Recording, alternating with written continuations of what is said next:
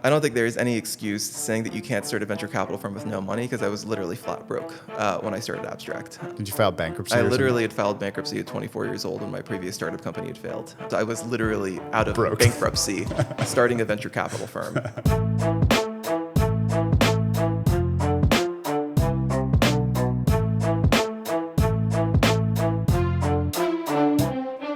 All right, so I think the place we have to begin is in the art world.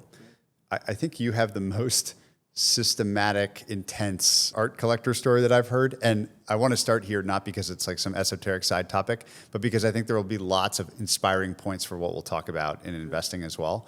Not art, but companies. So can you just lay out for us your art collecting journey, like where it started, why you got interested in it, and how you began to learn about how the art world actually works? Because that's my basic one big question. It's like, explain how this works to us. I have two incredibly close mentors. One who introduced the two of us, Michael Ovitz, and then another guy named Stuart Peterson. Both of them have world-class art collections. Michael has like a storied art collection. I'm sure you've seen it. Yeah. But I spent a lot of time at their houses over the years. And every time I went, I kind of just tried to learn a little bit more about what was in their house. And they could both spend 2-3 hours walking you around their home and talking about what they have and how they got it and the story behind it, the history behind it, the significance of it. And I always just thought that was really interesting. And I never really had much time for hobbies, and it was one that I thought my wife and I could enjoy together. I needed to find the golf, and I thought golf was a little one-sided. So for me, art collecting seemed like it could be golf for both me and my wife. So then I just started dabbling in understanding the markets, and then I realized nothing in Michael's collection is attainable. So kind of scratched most of those artists off my list. And then I looked at Stuart's collection, and most of it was unattainable. Some of it was artists who were still somewhat attainable. And then I worked with an advisor briefly, just so I can familiarize myself with the market. And then once I spent enough time familiarizing myself with the market, I realized, like anything, if you're going to invest time and resources into something, you're better off doing the majority of the work yourself.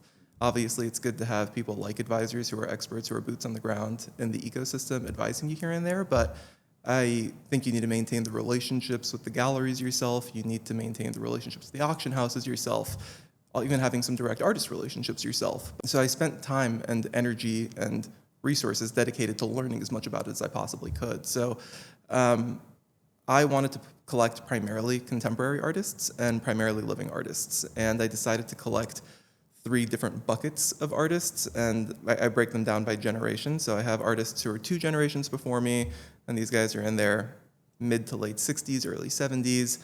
Artists that are maybe 1 generation before me, these guys are late 40s to late 50s, and then artists of my generation, and that's everyone who's, 28 years old to 38 years old. And I started to understand, who is important in the conversation at any given time, and who is getting museum institutional interest. Like, who are museums paying attention to? Who are museums hosting exhibitions for? What makes this artist unique? Where does this artist draw inspiration from? And also, there's a lot of artists that are great and have all those boxes, but might necessarily be something that I want to live with. And I personally, my wife as well, we like living with our art. So even if something could be like a great asset to hold, if we don't want to hang it up on our walls, we don't feel right about the concept of just buying art for the purpose of putting it in storage. 2 generations before me, it tends to be more heavily dominated, like white male artists, guys like Richard Prince, guys like Christopher Wool, George Condo. And a generation before me, it's guys like Mark Grote-John and a lot of female artists like Jenny Saville, Laura Owens, Cecily Brown, Jacqueline Humphreys. And then in my generation, it's more along the lines of Rashi Johnson, Christina Quarles, Avery Singer, Marina Reingants, Anna Wyant. And all of these artists tend to be now represented by all of the blue chip galleries. And when I started dabbling into the art world is when I realized that there's actually like an overwhelming number of parallels between the venture world and the art world, primarily in the way like blue chip galleries work and the way that the big platform venture capital firms work. But if at any given time there's 50 important practicing artists in the world, or even the estates of the most iconic dead artists, they tend to be represented by the big four galleries: Hauser, Gagosian, Zwirner, Pace. And once they're represented by those galleries, they are now deemed a blue chip artist, and their prices are very, very high. But their prices tend to sustain or even appreciate because those galleries are very large and they have very big clients and they represent a lot of institutions, so they can control the markets for those artists. So people tend to be more comfortable paying a premium to buy art from those galleries because of the inherent safety net you get when buying from them. But then I started to realize that there's, smaller galleries and even smaller galleries beyond that tend to share a lot of artists with the larger galleries, and it's because they were the ones who initially discovered them. And it's the same ones over and over again, similar to the venture capital world. You have the 4, 5, 6 top venture capital firms in the world that tend to have exposure to every power law company, any generational company, in any given vintage. And then more often than not, you see the same firms that finance those companies earlier and earlier and earlier. And like the big venture capital firms try to maintain relationships with those firms that spot talent earlier and earlier, the big galleries tend to maintain relationships with a few of the mid-tier or smaller tier galleries early. So then what I started to do after that was spend time with those galleries that I started noticing were the early spotters of talent, and finding these artists early in their career that had a high, so to speak, graduation rate to getting picked up by the blue chip mega galleries. And then as soon as that happened, their prices basically quadruple. Not saying that's the purpose behind doing this, but obviously it's nicer to pay 25% of the cost of something versus full value. And then basically just started maintaining those relationships and then trying to see what I actually liked from their programs, because like anything, not 100% of the artists graduate. So from there, that's when you have to apply some of your own judgment and hope that you have the right taste to identify, what are other people going to find appealing? What are institutions going to find appealing? What made a collection like Ovitz's unattainable? That's like an interesting word. Why could you not replicate it? And I guess behind that question is, what is shared in common from your perspective of the collections that you respect the most? The reason Ovitz's collection is not attainable is due to the sheer value of it. And the reason it's not, there's this one art list, I'm blanking on the name of it, that ranks collections based on the means at which they were obtained, which is actually really interesting because people today say like Steve Cohen and Ken Griffin have the world's greatest collections, and they probably do, but they don't assign the same score to them because it's like a low IRR collection. Exactly, right? So if you can afford to buy any piece of art in the world, it's easy to know what the 50 most iconic things in the world are, and you just have to, and everything's for sale in the art world. So as long as you're willing to pay the price, you can build that collection, right? And then the collection that scored the highest score, and I don't remember their name, but it's easy to look up this article, was a wife and husband who were both government employees. The husband was a postman and the wife was a librarian, and they spent their weekends collecting art in the 60s, and they were collecting Pollocks and Rothkos, and by the way, they ended up giving it away all to museums. They never actually did it for any monetary gain, but their collection ranked so high because they were actually able to judge based purely off of talent and skill before anybody had any idea who these artists were, and before there was any value assigned to their work. So I do believe, in every great generation, in every decade-long window, there are certain bodies of work that are considered iconic. That if you think to that decade, these are considered iconic bodies of work. In the 80s, you have the Richard Prince Cowboys, which Michael has probably one of the greatest ones out there. Stu has a couple of great ones, but these were basically old Marlboro ads that Richard Prince had basically ripped out of magazines and then turned them into photography and sold them, but they became iconic because he sort of owned the concept of appropriation as an artist. And then, in the early 2000s, late 90s, Richard Prince came out with those nurses, where he was printing out those old nurse book covers and then painting over them, and then that became a more iconic thing about appropriation. And then you had Tracy Emin with her, she was a lot more graphic than most female artists were in the 90s about, the female body as a subject. When you're trying to identify those things in real time, it's very, very difficult because there's a lot of art show, exhibitions at any time in the city of New York. I mean, New York is like the king of exhibitions, right? And there's ones that are positively acclaimed, but 2-3 years that artist fizzles out. So when you're collecting artists who are practicing and active, it's very challenging because, there's 1,000 artists in any generation and only, 10 of them end up mattering 20 or 30 years later. So I collect active And then I try to go back and look at some historical things. And for whatever reason in the art world, and this is actually, if you look at all the data in the art world, it tends to work like this cycle continuously, where things that were iconic 20 years ago tend to be undervalued 20 years later, then get very highly valued 30 to 40 years later. So I tend to find things that were the undisputable iconic bodies of work from the 90s and 2000s that today might be out of favor. And a lot of the people who were very iconic in the 90s and the 2000s happen to be white male artists who are currently out of favor in the art world. And there's not a lot of demand for their work, but it's a really good buying opportunity for those artists, at least in my opinion. And then the next thing you look for is depth in that artist's collector base.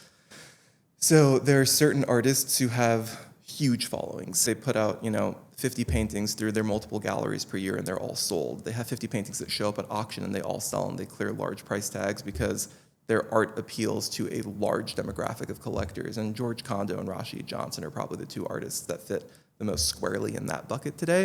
And then there are artists who are a little bit more niche, who have collectors, and their markets are very, very strong. But their markets can't sustain, 50 paintings, 100 paintings transacting every year. Their markets can sustain, 8 to 12 very high value paintings transacting every year.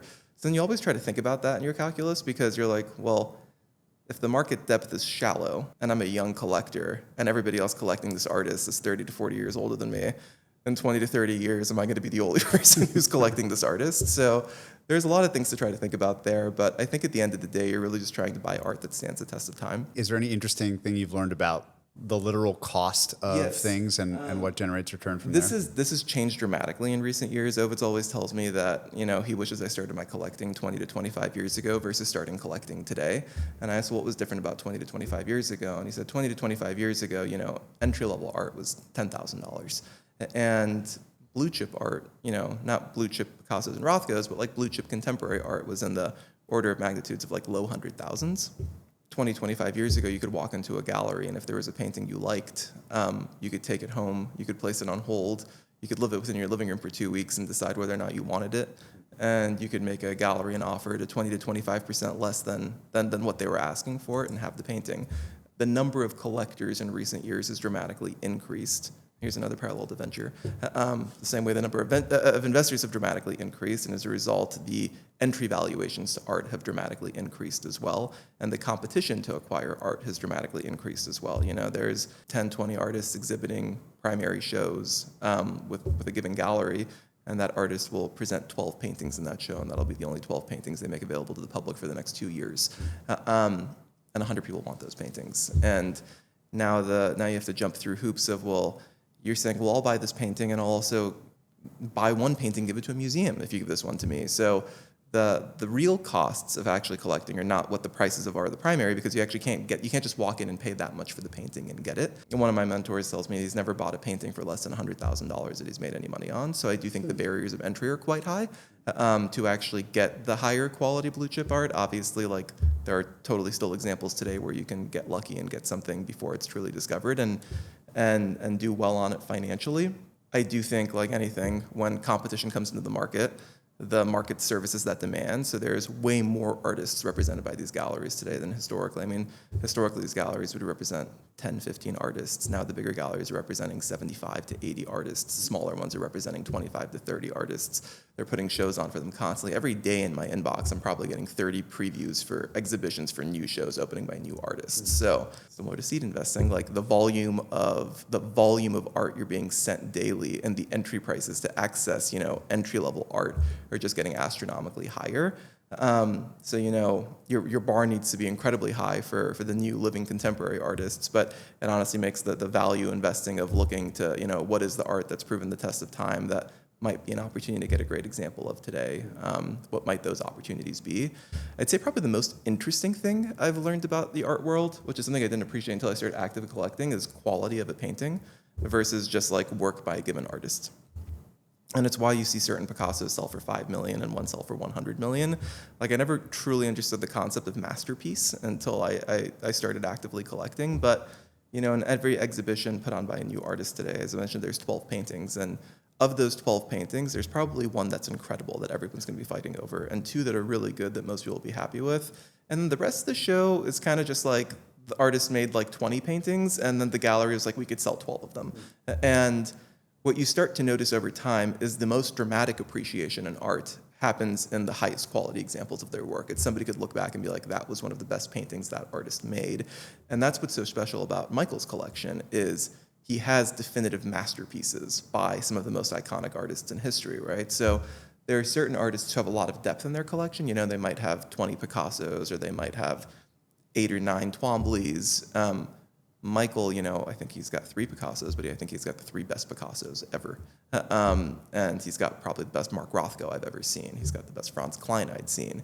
Even on contemporary artists, he has the single best Laura Owens abstraction I think that was ever released to the public. So I think what he was really good at doing is, you know, like anything else, there's competitive dynamics. People get, you know, drawn into the competitive game of, well, I can't get that painting, just give me this one instead, right? And I think a lot of it has to do with the discipline of waiting until you can actually get the highest quality examples of the best work by these artists, because there's no shortage of collectors' homes you could walk into that's like low quality art by great artists, where they kind of just wanted to have a home filled with art by recognizable artist names, but nothing that in their collection is something that, you know, a real collector would say is truly great. When we talk about abstract, I'm going to ask about the time that you spent studying power law outcomes in companies. I mean, one of the lessons I've learned from doing this show for so many years is that concept, that power law concept, applies literally everywhere.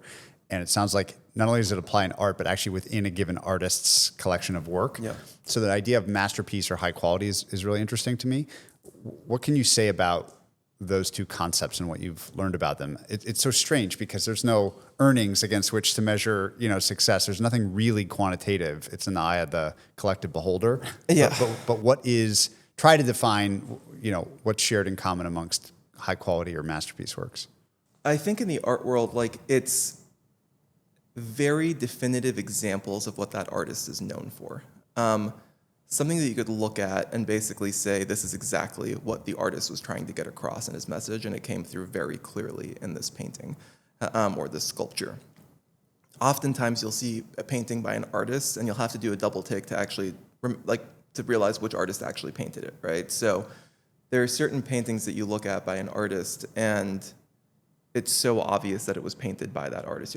Within the first second of looking at it, you know who painted it. So that's obviously a really good indication. And then a lot of it is just like frame of reference. You don't actually appreciate what is a great example until you've seen tons of examples, right? So it's a phrase that Ovitz always talks about, frame of reference. I'm sure you've heard of mentioned before, and it's the same thing with the more companies you meet, the easier it gets to discern what the better companies are. The more art you look at, and the more art you look at by a specific artist, the easier it becomes to identify what a great example of that artist is. And, you know, certain things you look at, you're like, well, this looks like one of their paintings, but it looks like a messy version of one of their paintings. Or this looks like a painting that they started working on and they realized it wasn't going in the right direction, so they kind of half-assed the rest of it. Versus like, this is something like they nailed and they know they nailed it. And a lot of that just has to do with, you know, training your own eye and looking at a lot. Talk about the role of status in the art world, both for collectors, for galleries, for artists.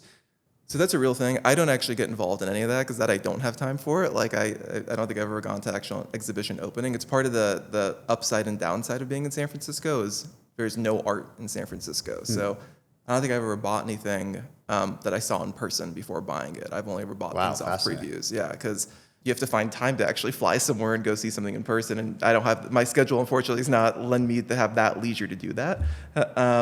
But I think absolutely, I think it's very common in the New York world, especially among finance guys who are active art collectors. I think it becomes competitive dynamics of, oh, you have one of these? I actually have the better one.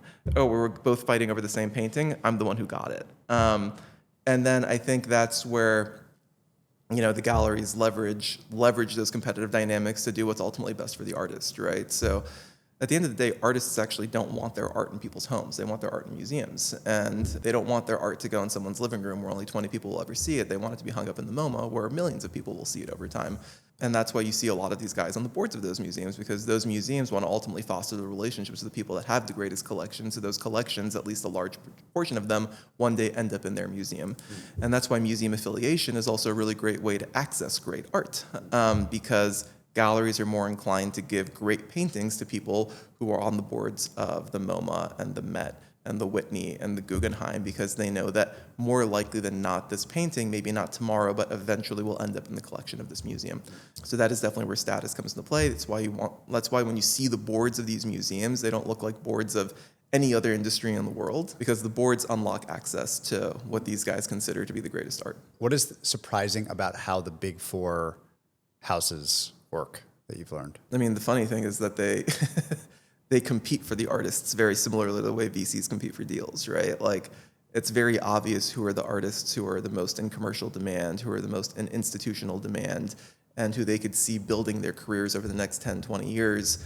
And the courting process is the same, right? It's like, we'll do a better commission split with you. You know, like it's not 50-50 with us. We'll go 60-40. We'll go 70-30.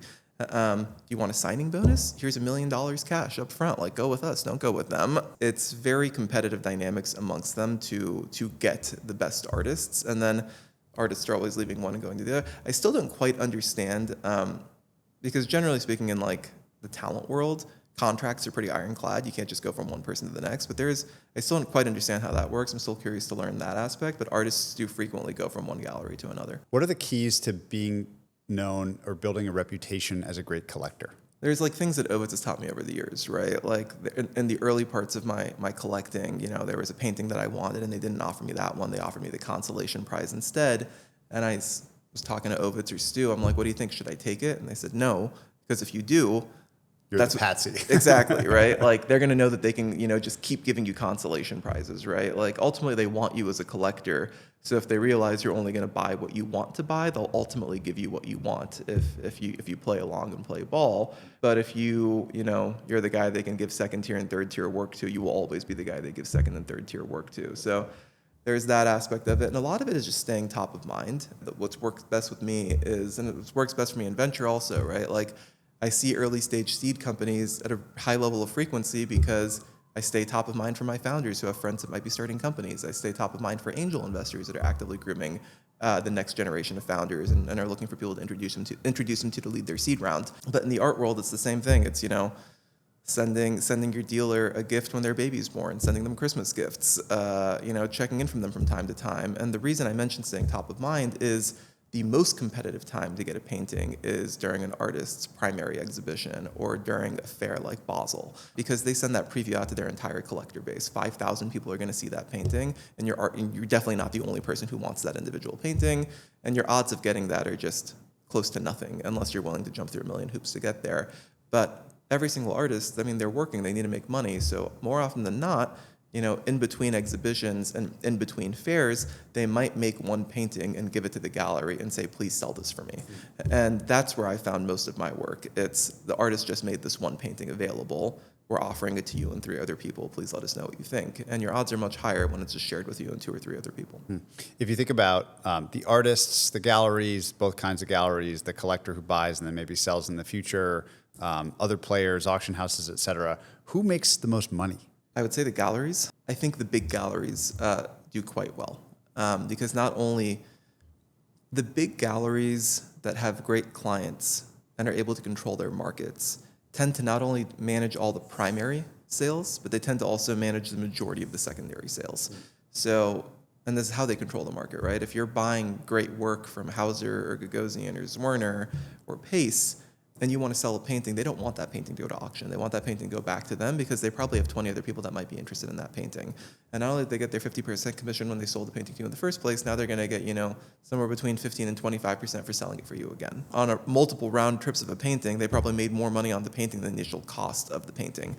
I would say they make the most. Auction houses, you would think make, you know, just, they have no costs except for marketing and displaying the art. And then they take anywhere between 15 to 26% commission depending on the value of the art.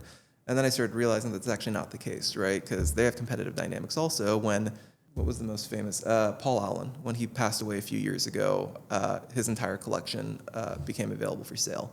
And I think it was at Sotheby's. And the collection sold for, I think, well over $1 billion in cumulative sales. When someone like him dies, or he's an extreme example, but there's plenty of people that have collections worth 50 million, 100 million, 300 million.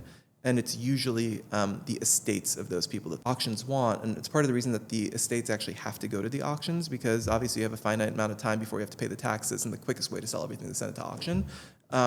that's when the auction houses start competing with each other over commission split and guarantees. It's more along the lines of, hey, we will guarantee you at least $500 million for this collection. We'll guarantee you at least, $100 million for this collection. We will reduce our commission from 26% to 13% because we're going to give half the commission back to you. And there's no shortage of stories where they guaranteed too high to compete with the other auction house, and they ended up losing money. Or their net margin on it ended up being 2 or 3%. I don't think the auction houses have huge market caps. I think Sotheby's about like a $3 billion market cap, and it's well over a 100-year-old company. So I think good businesses, not phenomenal businesses, because I think their margins are a lot more volatile than one would think looking into it externally. But I'd say the blue chip galleries seem to have like endless pockets. What they spend money on is beautiful gallery space and making beautiful exhibitions. But they have a cost of goods, which is basically zero, and then very, very large tickets, and then 50% rev share. Good business. Mm-hmm. Where are venture and art the most divergent in how the two worlds work? It's a lot easier to identify what is going to be a great company than who is going to be an artist that stands the test of time. Yeah. There's a lot more tangible things you can look at. There's much more fundamental and technical things that you can look at that'll tell you that something is special and something is good. There is a market for pricing in the venture world that might not necessarily be the case in the art world. So, fair market value is very clearly determined in the venture world. A company goes out to fundraise, an auction is run, and term sheets are offered, and a price is set. Those things are obviously very different. I'd say those are the primary differences, is really just venture is a much more tangible, even though art's tangible, but you kind of get my point in that there's a lot more to underwrite. Yeah, there's an E, not just a P. Exactly. Yeah. Okay, I want to talk about the way that you've learned the entire early stage venture world works now. And Abstract has very quickly become one of the firms whose name you hear a lot. You hear your name a lot. But I'd love you to explain, in the same way you explain sort of the art world, I'll call it market structure. Could you explain your perspective on the early stage investing market structure, just like how it works and how it got to there? Sure. The simplest way to describe this is like how I came up with a thesis for how Abstract actually invests, and this thesis has evolved over time. But the thesis in which I started Abstract was trying to identify which companies have the highest likelihood of becoming power law companies, and I identified power law by any companies that either had a private market cap or exited north of a $5 billion valuation. And what I'd realized over time was that if you eliminate Uber and Roblox from the equation, whose seed rounds were led by first-round capital, it's close to impossible to identify power law companies in which the seed round was led by a seed-stage venture capital firm. This has changed in recent years, which is why our strategy has also evolved, but the thesis in which it was built off has stayed constant, and that multi-stage tier 1 VC firms were better at seed investing than seed funds are. And it's not to say that they'll outperform them, because I don't think the portfolio construction model allows for that anymore at the scale of those funds. But I do believe that the power law companies of the future will be more likely have seed financings led by seed stage venture capital firms, multi-stage venture capital firms and seed stage venture capital firms. And in the early days, people didn't think multi-stage firms did much seed investing. But if you look at Sequoia, they led the seed round for Stripe, Airbnb, Dropbox, and Nubank. And Andreessen led the first institutional rounds for Okta, Databricks, and Slack. And Costa led the seed round for Instacart and DoorDash, and Index led the seed round for Robinhood and Figma, and Lightspeed led the seed round for Snap, and I think AppDynamics, and the list kind of goes on and on. But what became obvious to me was that seed funds that claimed they had proprietary deal flow were mostly kidding themselves. They're a little delusional, and it's hard to believe that a seed firm that has 2 or 3 people have more coverage at early stage at a multi-stage fund that has 30 or 40 people. And then it became very apparent to me that when a multi-stage fund and a seed fund tried to compete with one another, that it was very hard for a seed stage venture capital firm to compete with a multi-stage venture capital firm. Oftentimes, multi-stage venture capital firms had brand weight that the seed funds couldn't compete with, but more often than not, it was the fact that they were willing to offer valuation in terms that a seed fund couldn't compete with.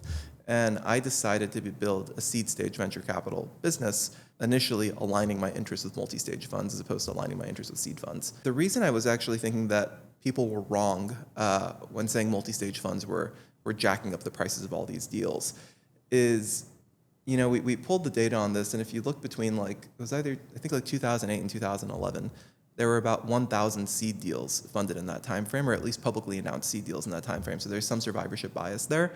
But what you need to ultimately look at is that probably 80% of the companies got announced because that's just what ends up happening in ventures. So let's assume there was 1,000 companies and Uber was in that bucket. And if you wrote an equal sized check into every single one of those 1,000 companies, you would have gotten a 3,000x just on Uber. So you would have actually had a 3x net venture capital portfolio blanketing the entire market. And then there was also Airbnb and Dropbox and so many other companies and Instagram that were funded in that window. There is no world in which you could blanket an asset class and should be able to generate a 3, 5, 7x. So that was a very clear sign that deals were too cheap back then. And as anything, as markets get more efficient over time, deals start to price a little bit more accurately. And I thought that seed funds were holding on to those low prices a little too drastically.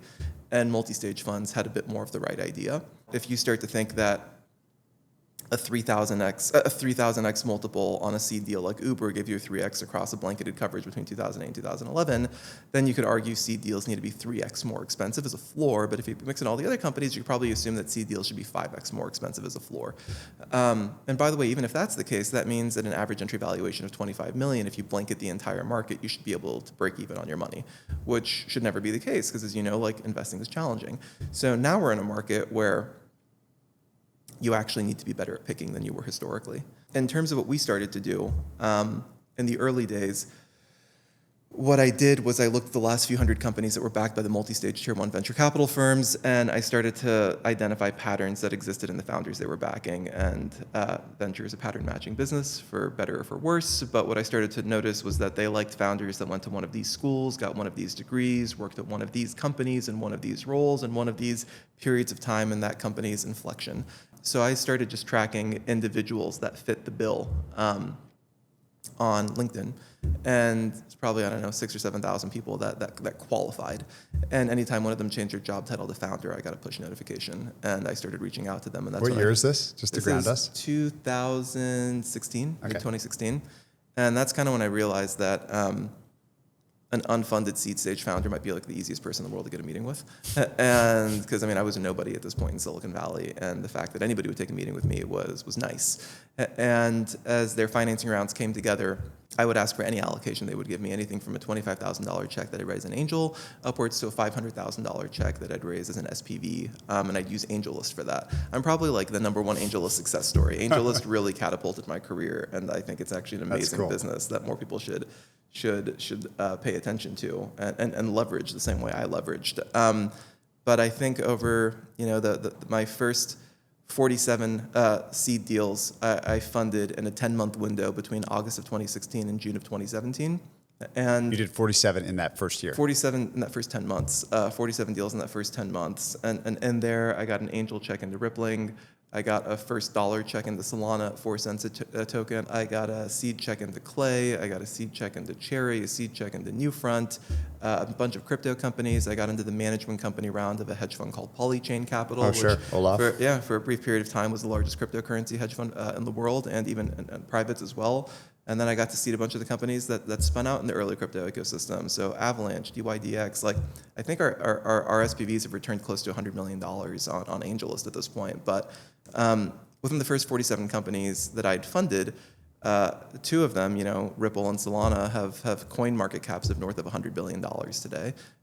Rippling is approaching a $20 billion market cap, and everything else I mentioned is between a $2 and $7 billion market cap. So out of 47 companies, 2 centacorns, 1 decacorn, and about 8 or 9 unicorns. These individual types of founders that I was tracking turned out to be the right types of individuals to track. And is that how you found all those people? For the most part. Wow. And then some of them were obviously I just spent time with every junior VC at every single venture capital firm in the Silicon Valley, and I would have catch-up meetings with all of them on a weekly basis. And when I heard multiple people in 1 week mention the same names over and over again, I just started reaching out to those individuals. And I got into a bunch of deals. And how did you do that? How did you get into them? You must have had to have been quite aggressive. Very aggressive. What does aggressive mean for you? For me, it just meant being relentless. Just checking in constantly, what can I do? How can I be helpful? I really did focus on just being likable, though. I just wanted to be somebody that the founders were like, he's a good guy, he's working hard, let's get him on our cap table. And I wasn't aggressive about my check size. I'm like, I don't care if it's 25,000 or 500,000. Anywhere in that range, I'm happy with. So I made myself flexible enough that it became hard to say no to me. If you give founders hard constraints on an allocation you need or ownership target, you make it very easy for them to say no to you because they're like, sorry, I can't make that work. But if you're flexible, like people just generally, if they like you, want to work with you. After I financed those companies, three most frequent co-investors we had were Founders Fund, Andreessen, and Khosla.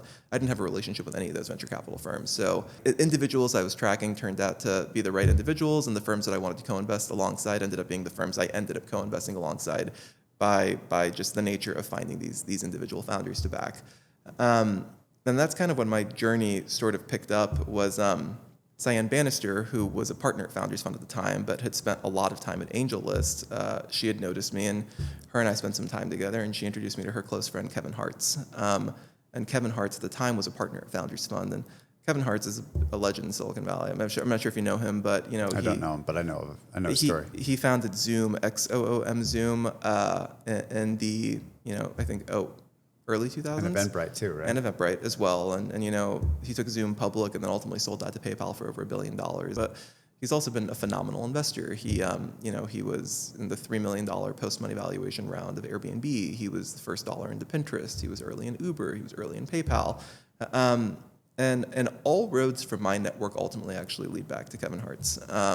So Kevin and I met, him and I hit it off maybe in his first year of tenure as a partner at Founders Fund. He started writing checks into a few managers. He wanted to find a way to work with me, but then also just opened up his network to me. And this is part of like the most special thing about Silicon Valley is there are certain people in Silicon Valley who just want to help other people succeed. And I've been fortunate to be blessed by having relationships with a lot of those people. And Kevin met me, and I think when he ended the meeting, he basically said, if you were this good at this not knowing anybody, I wonder how much better you'll get if you know all the right people. And Kevin had introduced me to Chris Dixon at Andreessen Horowitz and Keith Raboy. Chris Dixon introduced me to Mark Andreessen. I think it was Mark Andreessen who introduced me to Michael Ovitz. Michael Ovitz introduced me to Bill Ackman and Kevin Warsh and David Sachs. And then ultimately, a consortium came together with all of those individuals, and they bought an equity stake in my management company when I was 26 years old. That deal had a timer on it because I didn't want to be owned by anybody in perpetuity, and that lapsed a couple years ago, so I'm proud to say I own 100% of my business again. It was kind of a surreal experience where I went from having no network, and these were only individuals that I'd read about, to having met all of those people in a matter of like 3 weeks and finding a way to structure a deal with all of them. Kevin and Michael were probably the two most instrumental people in that and have stayed my two closest mentors to date. And then I kept doing the SPVs and I kept writing the angel checks for an additional year until at which point I realized that I actually can institutionalize this approach. I set out to raise Seed Fund 1. That was a $100 million fund that I raised in 2018, end of 2018. And those guys had anchored the fund with about $50 million. And then the remaining chunk of the fund came from a lot of people that looked like them. So, Josh Kushner, Matt Kohler, Neil Mehta, Leaf Excel, Dan Rose, Thomas LaFont, Chase Coleman, Santo Politi, and then I got a bunch of operators. So Jerry Yang, who founded Yahoo, Frederick Kress, who founded Okta. I ended up getting 4 institutional LPs in Fund 1. And those 4 institutions were 2 college endowments and 2 fund of funds. But I basically rewrote the book on portfolio construction with my first fund, and it was stems back to what my initial part of the strategy was. But what I was basically doing, part of the reason I had such a hard time attracting institutional capital was institutions had this framework that venture capital firms needed to own 15% of a company in order for the math of a deal to work out, which never made that much sense to me because they were stuck on that 15% framework for like the last 25 years. And the difference is in that 25-year window, these funds have grown 10, 20, 30x, but that 15% threshold still kind of stayed a constant, or 15, 20% they wanted these firms to own. What I focused on was ownership as a relative metric as opposed to an absolute metric. Now, what I mean by that was I knew I could get 5% ownership in these deals very consistently, and I knew the firms that I was co-investing alongside can get 15% ownership in these deals very consistently. And back then, these firms are much smaller than they are today. So let's assume the typical multi-stage fund that I was co-investing alongside in 2016 was $1.5 billion, and my fund was $100 million. If I can get 5% and they were getting 15, sure, I had 1/3 their ownership, but out of a fund that was 1/15 the size. So I actually had 5x the exposure.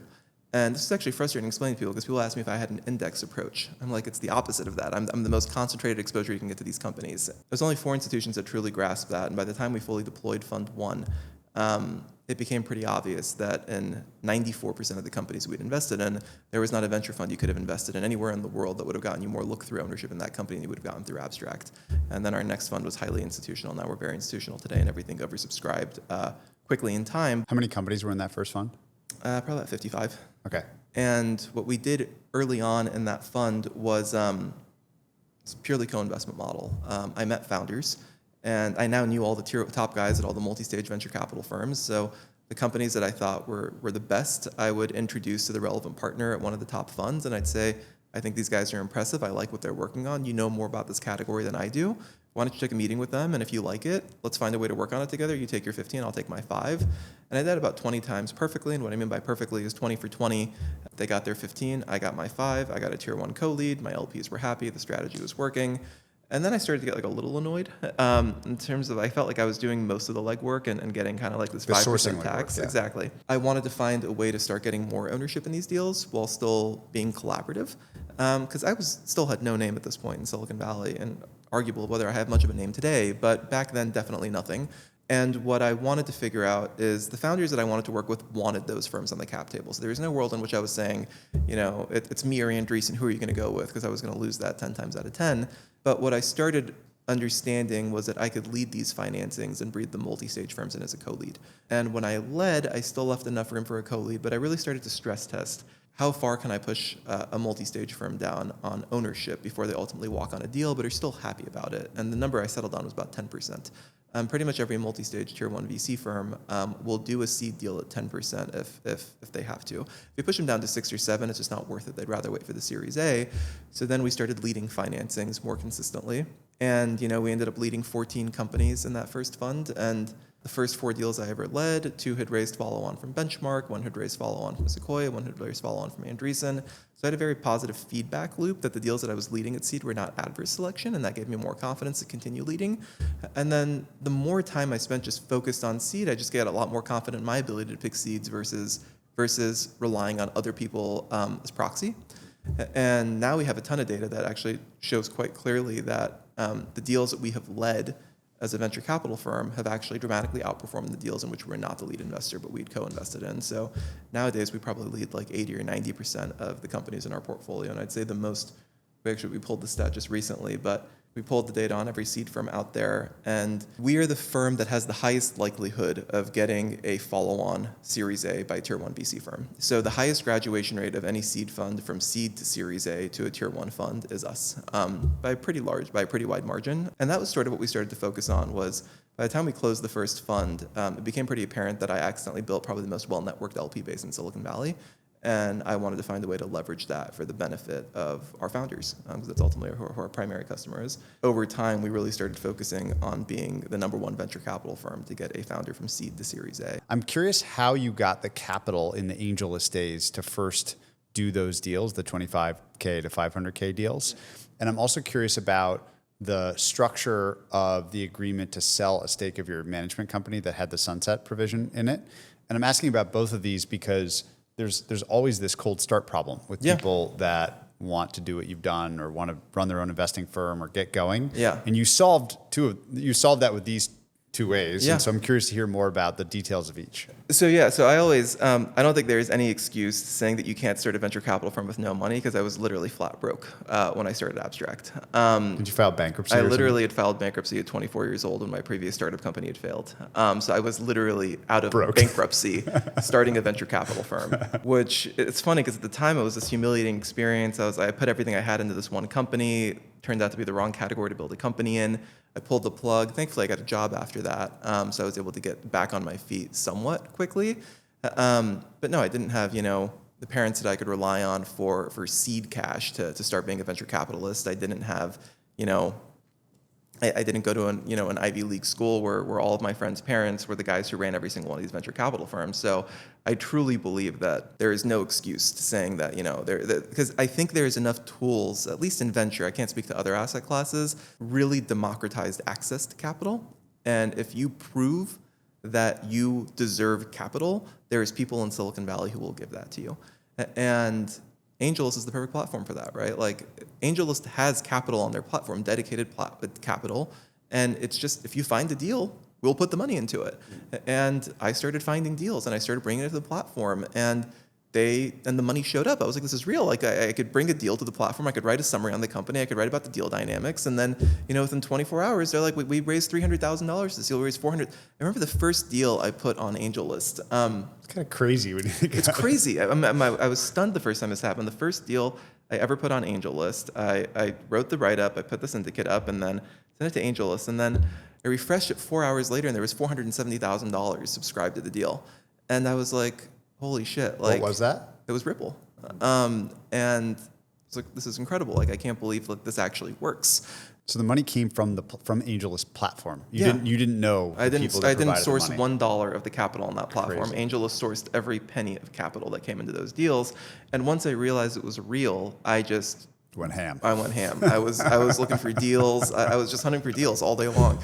And what are the economics split between you and the platform in those deals? AngelList, it's 0 and 20 for the LPs, and then if AngelList sources the capital, which in my case they did in every single deal, they get 5%, I get 15. So it's actually still a great deal. It's incredibly great. It's a fantastic deal. So you get 0 and 15 on all those. 0 and 15 on every single one of those deals. I got so excited and so jacked up by this that I got so active that I ended up, for a brief period of time, I think for a 6-month window, I was 1/3 of all the volume on AngelList.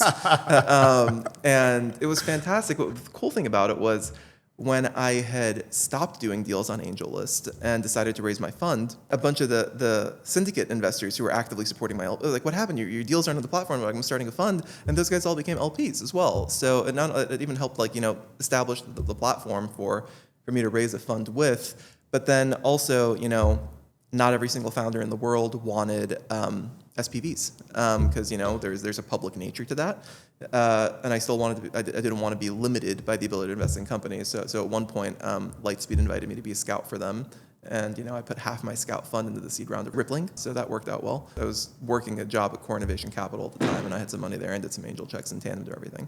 You could literally bootstrap a venture capital firm out of bankruptcy. So then you sold 20% to this consortium of the guys you mentioned earlier. How did you do that? Like, how did you know how to price it? That was one of the situations in life where I was actually quite fortunate, where there was a lot of demand for what I wanted to do. So I was actually able to set a price. And I set a price that I thought, was fair. And at the time, the price seemed high for me. And in retrospect, it seems low for them, right? And I think those are the best deals in the world, where everyone's happy. Like, I was happy to get the deal up front, and they're happy they made that deal at the end. What was the price? Just shy of 50. I had some experience with this because I mentioned I invested in the management company Polychain. Right. So I learned a little bit about what a management comp equity financing looks like, and there were some learnings I took away from that. But the one thing that I really wanted was, I wanted to ultimately own my own company, and I thought that over time, if I scaled, having the founders of every single big platform fund owning an equity piece of my management company is probably not the best thing for me long term. So we had set a sunset on that. I believe it's 6 or 7 years. The nature of it was basically they invest because it sunsets. They just got some top of waterfall participation in the first 7 years of your economics or something like that? They get economics on everything I did in that first 7 years in perpetuity. Got it. Everything I do in 7 years and 1 day, they're not entitled to economics on. Yeah, got it. So it effectively lasts long. Exactly. You raise the fund in year 6, they get it for another 12 years. A 7-year timer in venture is nothing. They get no carry, right? Right. So most of the excitement in venture starts to happen in years 9 and 10. And then you use that capital to finance the business and build a team. Yeah, we hired a team. We built a really cool back-end platform from scratch. We wanted to be seen as a very serious institution early in our fund's life cycle. Alex, my partner, has a much more traditional background than I do. He's a Bridgewater, Columbia guy, so very process-oriented, very analytical, very data-driven. And early on in our fund, we basically built a CRM from ground up, which we're actually spinning out as a company right now because every venture capitalist I've shown it to has been like, oh, if this is a product, we would pay for it. So the guy who built that for us, Will, is actually spinning that out into a standalone business. But there is a million ways, going back to this, that to bootstrap your way into the venture capital world. Okay, so now if I start to think about more elements of the process here, 55 companies in the first fund, 47 in the AngelList days. Talk me through the process of engaging with a new company that's young and the sorts of things that you're pattern matching on or looking for, and the things that turn you off and cause you to not be interested. I've learned over time that investing in founders, for me, works a lot better than investing in markets. I'm better at identifying what a good founder is and what a good market is. There's genetic makeup that I look for in a founding team of a company, and whether it's spread amongst one founder or multiple founders, I'm looking for a combination of very strong commercial ability and very strong technical ability. I'm not technical, but Alex on my team is technical, Andre is technical, Will is technical, and so they're more suited to vet the technical capabilities of an individual than I would be. But when I mentioned the commercial aspect, I'm really looking for salesmanship in 3 different verticals. Vertical 1 is ability to fundraise, which seems simple, but building a startup company is hard, and anything you can do to put the odds slightly in your favor just makes your odds of success that much more likely. There are certain founders who are good at fundraising, certain founders who are not good at fundraising. The founders who are good at fundraising get to build their startup company that much more easy than someone who's bad at fundraising. That's obviously something you could somewhat sometimes solve for because you could help with that as an investor, but it's very beneficial when a founder has like that salesmanship rigor. And the next one is hiring. Hiring in early stage startup companies is sales. 85% of the companies we finance are based in the Bay Area. They need to hire engineers who can easily get a job at Meta or Google or OpenAI for $400,000 a year, and the seed stage company is trying to hire that person for $150,000 a year. It takes a very specific person to convince somebody a $250,000 annual pay cut is in that person's best interest in exchange for equity in this company that just has like a concept of an idea. So that's really important because recruiting is something that I think a lot of people underestimate how important it is at the early stage the founding stages of these companies. And then next is selling a product. Oftentimes V1 of these products are like these half-assed, broken, glitchy things that no one would pay for.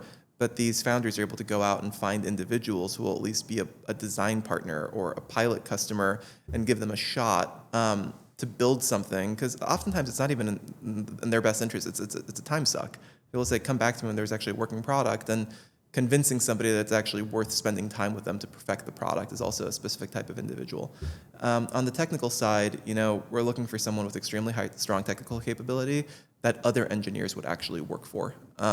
Some people are great engineers that other engineers might necessarily want to work for, and other people are great engineers, or maybe not, or just great engineers that other engineers would happily work for. But what I look for on that side is like shipping velocity. Like it's the kind of engineer who's going to ship a product in 6 weeks or 6 months. And at the end of the day, I think seed stage investing, at least for us, is very momentum driven. I want to build a portfolio of 60 high momentum companies, and hope that 3 to 5 of them escape velocity and become amazing companies. Another thing that I've started to gravitate to over time, which is a little counterintuitive to being a venture capitalist because you want to own a lot of these companies, is I've found I've had a lot of success with dilution sensitive founders.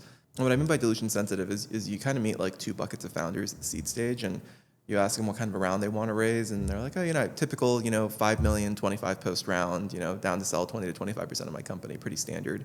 And I'm like, I don't think there's anything standard to selling 20 to 25% of your company at seed. You don't have to sell 20 to 25% of your company. Do you need $5 million? And then there's the other founder who comes in and says, I need $3 million, and I want to sell as little of my company as humanly possible for that $3 million. And I found that those founders tend to just be a little bit more high conviction in what they're building. And they tend to believe that every percent of equity they give away is 1% of equity they'll never get back. And that's incredibly powerful because more so than negotiating with investors, which is great, they tend to maintain the highest bar of talent that they hire because they think about equity the same way, whether it's going to an investor, whether it's going to an employee, and they want to make sure everybody they hire is worth every ounce of equity they get. Those founders also tend to be the ones that aren't wasteful with their equity. If someone's not working out, they're going to fire them before their 12-month cliff so that there's not dead weight equity with 30 to 40 people that no longer work at the company, which is also really great from an IR perspective of your investment because it makes it such that the option pool refresh in the next round is not as big as it would have been if they just loosey-goosey gave away a lot of equity. But I will say those founders who are the dilution-sensitive ones in my portfolio that have the highest bar for the talent they hire, the companies in my portfolio where all of those things ring true and the companies are doing quite well, people are always shocked at how small the teams of those companies are relative to the scale of what they've achieved. So I truly do believe, incredibly high-quality talent has like a multiplier effect on company efficiency.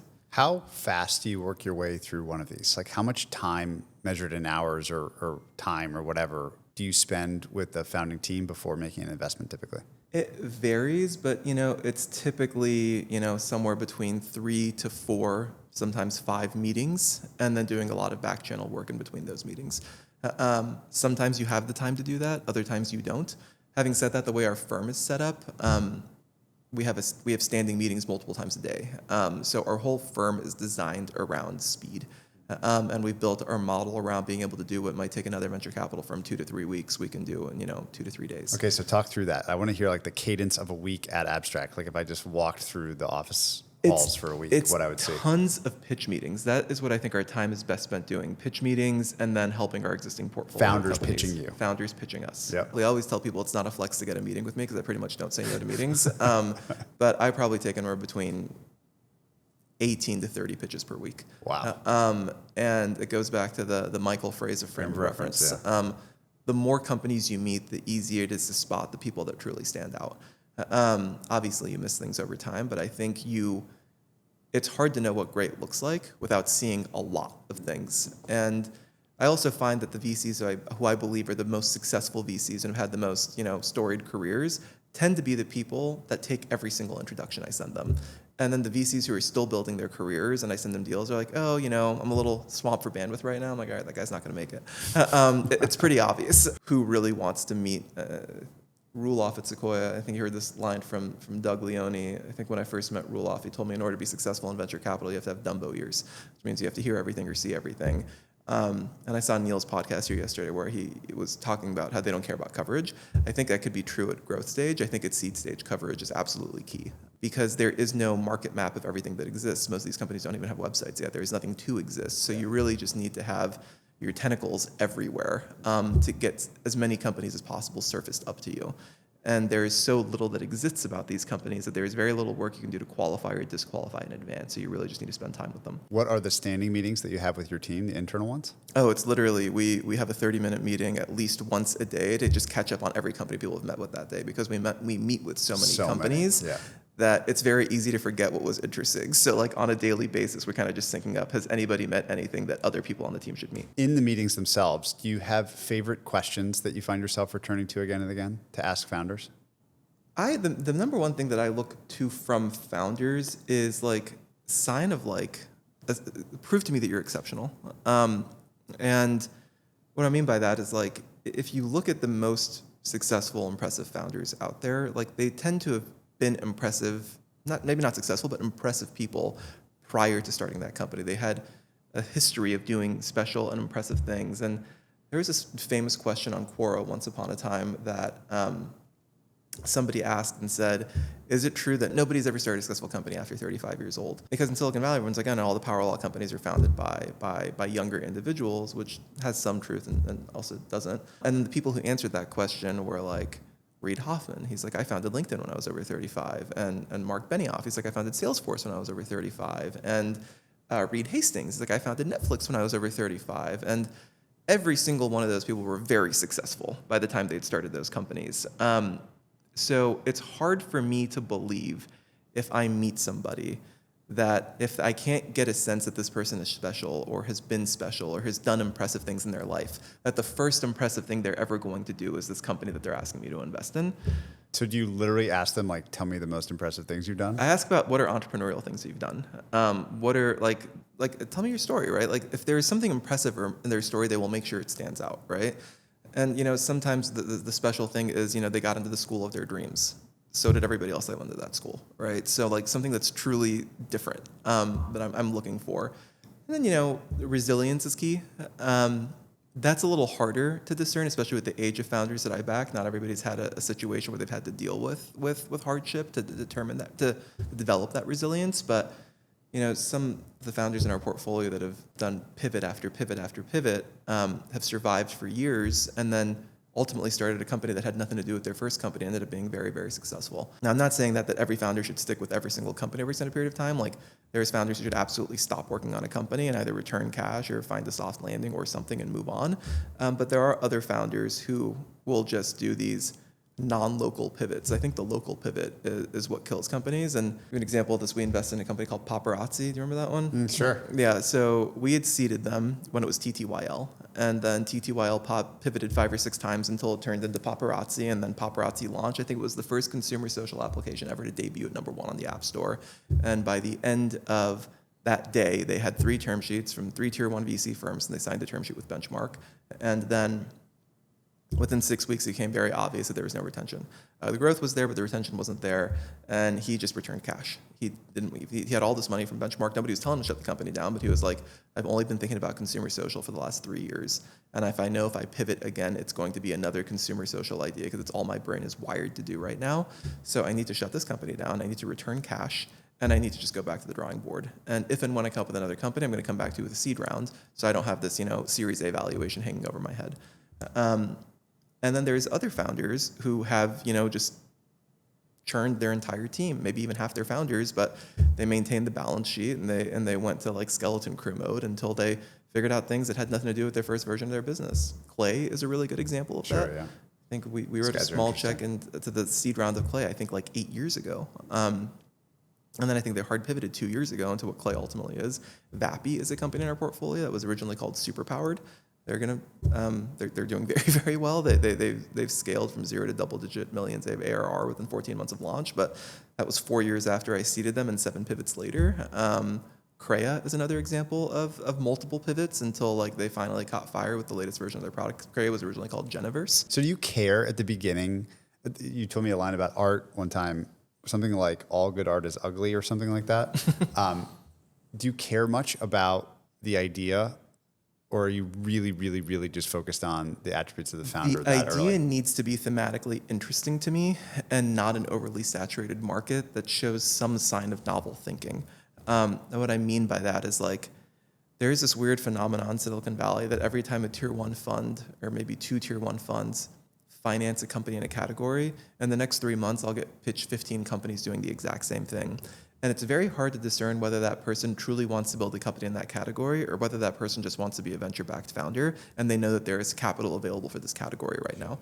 So oftentimes I'm looking for signs of novel thinking. So it's either it needs to be one of the first, 1 or 2 times I've even heard this company pitched to me before, or it's getting pitched to me with a completely brand new perspective, a perspective that I haven't heard before that I think means that this person actually truly thought about what they were trying to build. And when I go back to like the idea, specific idea is less important to me. It's more about the founder's understanding of the idea. It's very easy to understand how thoughtful someone has been about anything just by questioning them. There are certain founders you ask questions to, and their questions lack depth, and their answers lack depth. Their answers lack substance, and you end up in these situations where I'm like, even when I ask you the question, the answer still isn't a real answer. I don't actually feel like you even know the answer.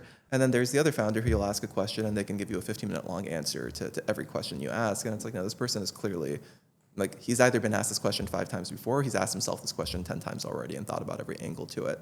Not saying that that's absolutely necessary, but at least it shows to me that they actually came to this with like a first principles mindset, and they truly have thought a lot about building this specific company.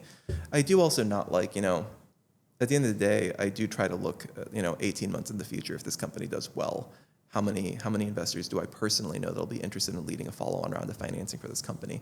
If it's a company that 3 tier 1 funds have already led a Series A or Series B financing in, most of their tier 1 funds are going to be more interested in following on to one of those companies than the new company. So then there's certain times where maybe it's a mistake where I just believe a category is too saturated and the odds of success are not like, the risk-reward ratio isn't quite there. Okay, so now we get through, you like a company. How do you think about the pricing for a round that you will tolerate? Like there's some degree to which you're a price taker, like there's market prices for these things and that those ebb and flow. Yeah. Are you just basically a price taker, or do you have limits to what you'll do? If there's multi-stage funds around the table, the deal will get done no lower than 25, and it'll probably get done no higher than 50. If it gets done higher than 50, it means one multi-stage got really excited and just turned it straight into a Series A, at which point it's not really a fit for me anymore, and that does happen. And then the 50 is something I actually need to take into consideration because every venture capital firm has a portfolio construction model, right? And my portfolio construction model says that I want to own 8 to 10% of 60 companies at seed. And I want to maintain that 10% ownership in the best 10 of those companies through Series B. Now, I have assumptions for what my entry valuation needs to be into these companies. It used to be I want to maintain an average entry valuation of sub 20 million. That's become impossible. I used to be able to do that, but I can no longer maintain an average entry valuation of sub 20 million. But if I'm doing it, maybe my average entry valuation today I want to maintain is sub 30 million. That means sometimes I'll do a deal at 15 posts because I found a deal that was off the beaten path and it's a pre-seed. Maybe I took an early bet on people. Sometimes I'll do a deal at 50 posts, but if I can maintain an average entry valuation of sub 30, it'll be nice. But if you start doing too many deals that are north of your 30, you start messing up your portfolio construction model, because the more deals you do over 30, the less number of shots you have on goal, right? Because if my goal is to have 60 companies per fund, and suddenly my entry valuation starts to deviate from what I modeled in my portfolio construction model, then I start needing to consider myself, like, is investing in this company worth losing one shot on goal out of this fund? And that's kind of when you need to start thinking about price a little bit more discerningly. And sometimes the answer is yes. Sometimes, like, I want to invest in this company. This company needs to be in the fund. You kind of need to convince yourself that you like it twice as much as another company in your fund, because you're basically shooting two bullets on one deal. But once we've decided to invest in a company, and price tends to be not something that dissuades us from investing in that company until it gets so egregious that you can no longer call it a seed deal. But that's basically our point of view. Obviously, we try to get it to fit within the confines of our portfolio construction model, but oftentimes, you have to deviate from that to get the company into your portfolio, because ultimately, like, venture is an outliers business, and you have no idea if the deal that you passed on due to price will be the outlier, so you kind of just have to swallow the bullet sometimes. Now we come to winning. So Yeah. you have to convince the founders to take your money and not other people's. Yeah. And I love this idea that the pitch you give to founders that's increasingly proven true is that by taking your money, they're effectively getting a fantastic fundraising partner for the future, and that you are like, you and Abstract are lowering their future cost of capital. Mm-hmm. So talk us through that pitch that you give, and then how you execute against it. Competing for deals is very challenging. I think it is an incredibly time-consuming process, and for us, competing is a very labor-intensive process, because, as you know, prior to doing this podcast, there's like nothing publicly available about me on the internet, period. So pretty much all of the selling I need to do is explaining to the founder who we are, what we do, and having 7 or 8 of my other founders and calling them and explaining the benefits of working with us, and saying that if they were to start a company again, they would absolutely come back to us for our seed round. So when we do decide to win a deal, we really do go all in terms of how much we're putting behind to make the case for the founder that we are their best seed partner, period. In addition to fundraising, obviously, we have a full platform team now, like anybody else would expect from a large seed fund that we have today. We have an incredible head of GTM. We have an incredible head of comms. We have an incredible head of talent. So we can help with all of those things. But what we really wanted to do is be exceptional at one particular thing, or at least what I wanted to focus on. And I think everybody in our team specializes in their own specific things. But the one process that I thought was broken in venture ecosystem was the fundraising process when I first got into this. And you're an investor, so you've seen these spreadsheets before. When a founder wants to fundraise, they put together a Google Doc, and they share that Google Doc with all of their investors. And on that Google Doc, on the left-hand column, it's a list of every single venture capital firm they want to talk to. And then they ask all of their investors to go through that list and say, please mark whether or not you have a relationship with one of these venture capital firms, how senior your relationship is, and how close you are with that individual. And then the founder will go through that list at the end and ask 9 of his investors for intros to 30 different venture capitalists, and they'll kick off their process. The reason I thought that was bad was there's too many people involved in the fundraising process, and there's too many potentially misaligned incentives, right? This potential investor might have a really close relationship with this VC. They might be trying to do their buddy a favor by helping him win a deal. Too many people work at these venture capital firms, and that's too many young people telling their friends about who this fund is talking to, who's passing, who's not passing, what the valuations are coming in. And VCs are just trying to gather information as much as they possibly can. And when you sort of choke off that information, then they're forced to really just like do their own work and truly build conviction in a company. And they tend to work faster this way. So after I closed my fund, as I mentioned, all the LPs we had, it became pretty apparent to me that I became like the person in Silicon Valley that had the direct line to the most senior GPs at every single one of these venture capital firms. So in the early days, I got some of my founders to trust me, and I'd say, listen, let's not bring anybody else in the fundraising process. Like, I will be the sole node. I'll help you with the deck. I'll help you with the data room. Let's do a few mock pitches with people on my team. I will make introductions to every single top GP that's the relevant partner at every single one of these venture capital firms for your company. We'll line up all of these meetings over a 3-day window next week. And at the end of every single day, I will check in with all of them, and I will get feedback, and I'll find out what's resonating, what's not resonating, and who's truly interested versus who's not interested. And we'll keep the process going. We'll keep it tight. We'll keep it efficient, and we won't have any information leaks. And then we'll try to get you the best deal possible. But ultimately, what the best deal possible is like, what I ultimately try to do is get as much leverage from my founders as possible. Leverage comes in the form of term sheets. The more term sheets they have, the more negotiating power they have. Everybody wants negotiating power and making a good deal for themselves and for their company and for their existing shareholders. So when you don't have leverage, you will sell 25% of your company at Series A to whoever gives you the term sheet that you want to work with. When you do have leverage, you can get that down dramatically. And what I thought could be the number one value additive thing that I could do for my companies is make sure that by the time they exit, they own more of their company than they would have had I not been on the cap table. And now we have data that not only do we have the highest graduation rate from seed to Series A, we also have the highest decile of average valuation of Series A and the lowest average dilution in the Series A. So we can basically make your company have way better access to lower cost capital in the future from the highest quality partners. And I had one of my founders do a reference with another founder saying that the likelihood that you own 10% more of your company at exit is 10x higher with abstract on your cap table than not. Because if I can save you 5% at the A and 3% at the B and 2% at the C, these things tend to add up nicely.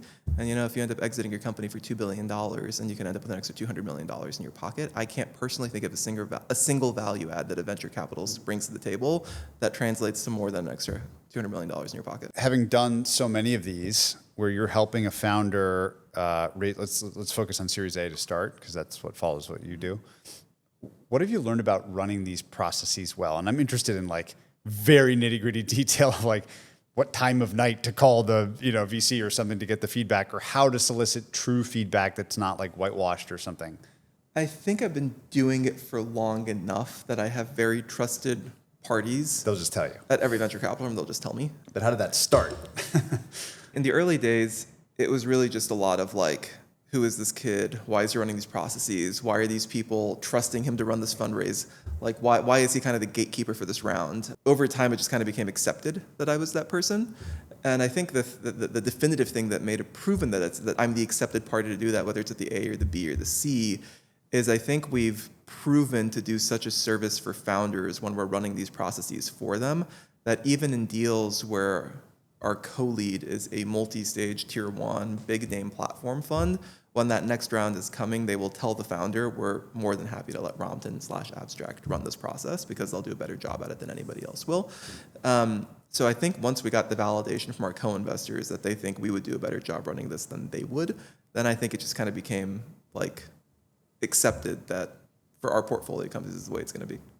So you're sort of Sotheby's now for this process. Yeah, that's a fair way to describe it. What have you learned about the dynamics of who tends to win at Series A when they want to?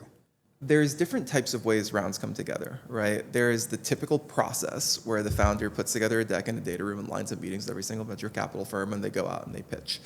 And then there's deals that happen outside of that dynamic, right? That we have less involvement in. Oftentimes, we help our founders build relationships with certain VCs in advance of the Series A process, because that's actually a good way that we get information on what those people would want us, like what should be this company's North Star metrics? How should we know when this company will be ready to raise a Series A? And oftentimes one of those people will just come in and preemptively make the founder an offer. And the founder, likes this partner, the terms are fair, and they don't want to spend, the next 3 to 4 weeks of their life fundraising, and they call it a day and they move forward. I think certain VCs are very, very good at doing that. But in like the bake-off process, when there's, 15, 18, 20 firms around the table, very few companies end up getting more than 3 or 4 term sheets. There's a few companies that get, 7, 8, or 9 term sheets. The firms who I think truly excel in winning hyper-competitive Series A rounds that I've seen from my experience over and over again tend to be Sequoia, Benchmark, and Andreessen.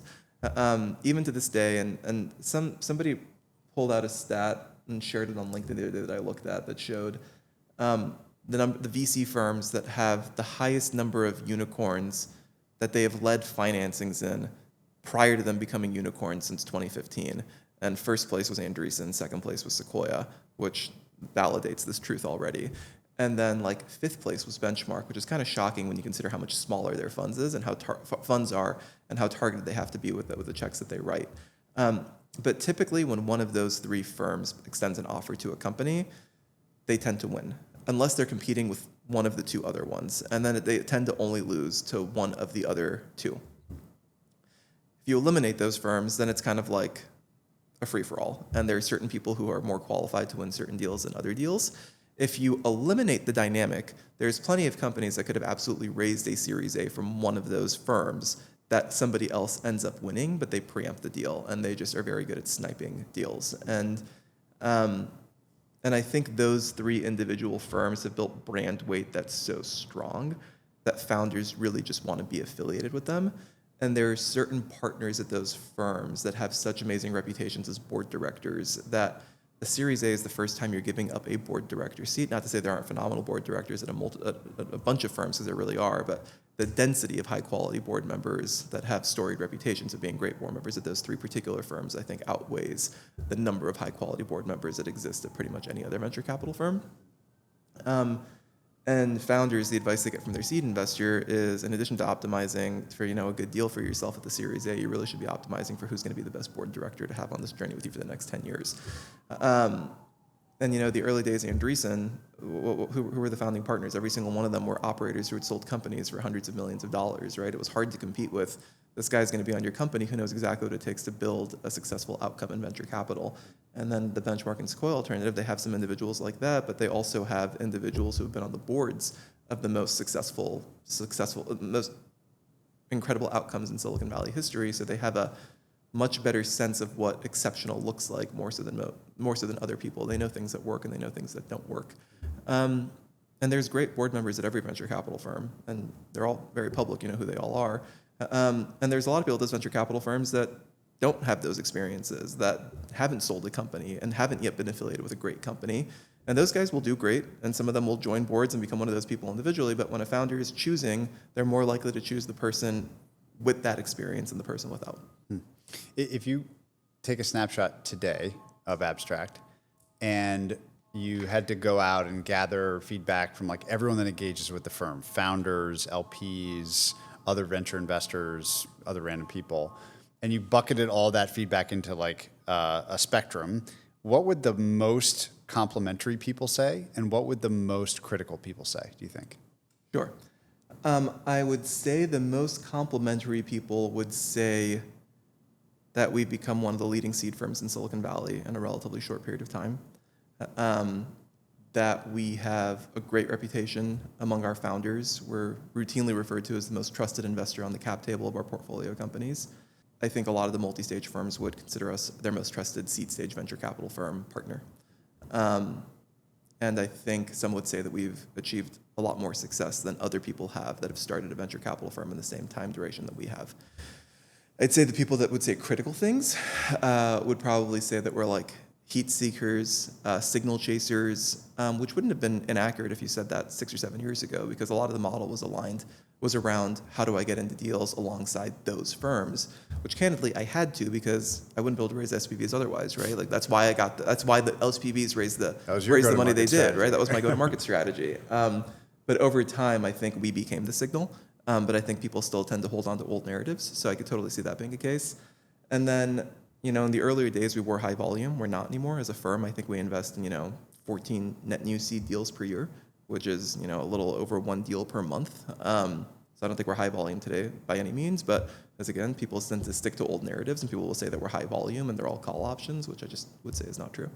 I can't help but think about all the different art world analogies that you've built very quickly. One of these talent spotter, up and coming galleries. And so of course it demands the question, when and if you'll become Gagosian. I think Gagosian has a really cool story. He was a total outsider with no relevant pedigree, and he was kind of just dismissed his, first few years or first decade until he ultimately became the leading guy in the category. Now I'm far, far, far away from that. And I think Silicon Valley is a more friendly place than the art world. Silicon Valley has been nicer to me than maybe the art world was to Larry Gagosian in the early days. So I don't want to draw the direct analogy, but I think the main thing is just staying consistent and maintaining the reputation and building upon that reputation and then producing great results. Venture is the only asset class where historical results is somewhat indicative of future performance. Yeah. And you can actually somewhat forecast how a venture capital firm will do over time based on how they've done historically. So I do believe if we just stay consistent, we have a pretty long trajectory and a long career ahead of us. Like, I'm 34 today. I started this when I was 26. I think I have at least 20 years left in me to keep doing this. And I think, you could build quite a brand and quite a platform in that time frame. What feels missing from the core machine today? You mentioned speed being an objective function that you optimize around a lot. What if you could just snap your fingers and improve some aspect of the abstract platform, would you improve or change? It would be brand. I think brand would trump would trump anything else that the machine doesn't have today. Primarily because when a founder comes referred to us by an existing portfolio company, most of the work is done for us. You're not going to find much about these guys online, but they've been phenomenal partners to me. They've opened doors for me. They knocked it out of the park on our fundraise. They brought together the most solid angels to fill out our cap table, and he's always available when I need him for anything. If we don't have that and we're cold reaching out to founders, it's much more of an uphill battle to convince them why we should be in the same conversation of all of the other venture capital firms they're talking to whose names they've heard of before, which is why I mentioned that winning deals for us is a very manual process. Yeah. Other firms just get to win because of their brand. They don't have to spend the man hours that I have to and call in all the favors that I have to win the deal. So part of the reason I'm doing this. Yeah. Coming out of obscurity. Exactly. But I think that's really the missing link. And there's other people that work at the firm, and you'd mentioned this earlier, where my name is, you hear it more often than abstract, and I really do want the firm to be abstract. And I think that'll be beneficial because scaling a platform, scaling a team helps when everybody at the team can do things, when everybody at the team can go out and compete, win, and support their own portfolio companies. And if there is a brand weight that they can all leverage to compete, that allows them to all be, have a more level playing field in doing their jobs. Say more about that tendency for individuals to have more of a quote-unquote brand these days as investors than firms. Another VC that explained this to me once, and I asked him how he identified who to hire for his venture capital firm. And he said he tends to optimize for people who either already have personal brands or have the ability to build a personal brand. And very good venture capital firm, strong brand, but he was the one who actually explained to me Sequoia, Benchmark, and Andreessen have incredibly strong brands, such that if you're a less well-known individual partner at Sequoia or a less well-known individual partner at Andreessen, you can still compete and win some of the most competitive deals in Silicon Valley because of the brand that you're affiliated with. And he said, now, the amount of time and resources it takes to build a brand that can compete with those firms on brand is counterproductive to what it takes to be a great venture capitalist. But building a personal brand is something you do in tandem to being a great venture capitalist. And the personal brand, and I asked him to explain, I was like, elaborate, what personal brand versus venture brand? He goes, well, I hear the name Ramtin multiple times a week. I hear the name abstract once a month. That's the difference between personal brand and venture capital firm brand. And he goes, people know who you are. Founders know who you are. VCs know who you are. You have a reputation. There's companies that people associate with you. There's skill sets that you have that people associate with you. And people who have personal brands at venture capital firms tend to be able to compete for competitive financing rounds. And if you look at every venture capital firm, excluding those top three, and even in those top three, this tends to be true more often than not for the most competitive deals. But when those firms are competing for a hyper-competitive financing, it tends to be the same 1, 2, or 3 partners who tends to do most of the selling and closing for those deals to bring those deals home. And very few venture capital firms have more than 1, 2, and at the most 3 individuals that can independently go out and source and compete and close financings in the most competitive deals, which is why venture is hard to scale as an asset class, which is why a lot of LPs look at these large platform funds and say, if I could just invest in these 4 GPs, that'd be way more appealing than investing in 16 of them and having to have exposure to the other 12 when I really just want exposure to these 4. Again, it's like the art thing with the paintings where you got to buy the Yeah, exactly. You got to support the support program. So yeah, there's tons of analogies. Yeah. I do think there are certain individuals that you meet that tend to be charismatic, trustworthy, have good judgment, and will have an ability that, given enough time and opportunity, they can build a very good reputation, a personal brand for themselves as well. Do you think this whole ecosystem is in a healthy place? Yes and no. People argue that these AI companies are raising at astronomically high valuations, and I actually don't know if that's true. And I don't think anybody will know if it's true for another 3 or 4 years, because while the multiples seem insane, the companies are also growing at unprecedented rates. So historically, you could look at a SaaS company and say, well, if it's growing 3x, 4x year over year, and you can project a 5x over the next 2 years, you can justify paying, this price today. With AI companies, this company grew 20x year over year last year. It's on track to grow 15x year over year this year. Maybe it grows 10x year over year next year. Like, what is the fair multiple to assign to that deal? It's kind of hard to determine what the correct answer to that is, but there's also way less predictability in its potential growth, right? Because there's no shortage of application layer companies that become obsolete overnight when it becomes a new feature of one of the foundation model companies. So a company could have grown 20x last year and 10x this year that shrinks next year. I think at the end of the day with venture, you're trying to capture outliers. So if the companies are shaping up to be the next power law companies of the future, you'll do whatever it takes to get into one of those companies. So for the follow-on rounds, I will say that I don't think it's in a bad place, because these are truly incredible companies growing at truly unprecedented rates and achieving adoption that no one ever thought was possible. So they clearly have unbelievable signs of product market fit very early in their life cycle. So that's the side that I wouldn't say is healthy or unhealthy. I'd say it's undetermined. I'd say it's good for the asset class overall. If you're investing in companies that are growing this fast, LPs will ultimately do well. Will they do as well if they would have if these companies were invested in at half the price and double the ownership? Sure, but markets get efficient over time, and I think venture as an asset class is getting efficient, and efficiency, brings returns back to the mean, and then you're starting to invest in managers that you think could find alpha in one way or another. The part of the ecosystem that seems unhealthy to me and is very reminiscent of 2021 is the timeline from graduation from seed to A to B, B to C.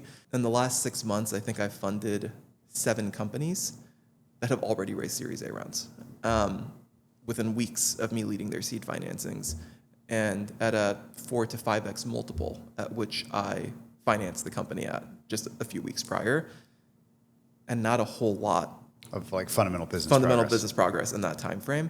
And that hasn't happened since 2021. In 2021, I was funding companies, and within a couple months, the Series A got done. And that is very actively happening again. I'm funding companies that are raising A's within a couple months and then B's within a couple months after that. And if you look at the company relative to what I invested in versus what the company is today, they're basically just paying 10 times the price for the same exact company I invested in a couple months or 4 months ago, plus or minus a few hires, and maybe some design partners. So I do think the industry is getting a little drunk on IRR, and the same thing that happened in 2021 is happening again. And in terms of my latest funds are getting into J-curve territory, are coming out of J-curve way too quickly.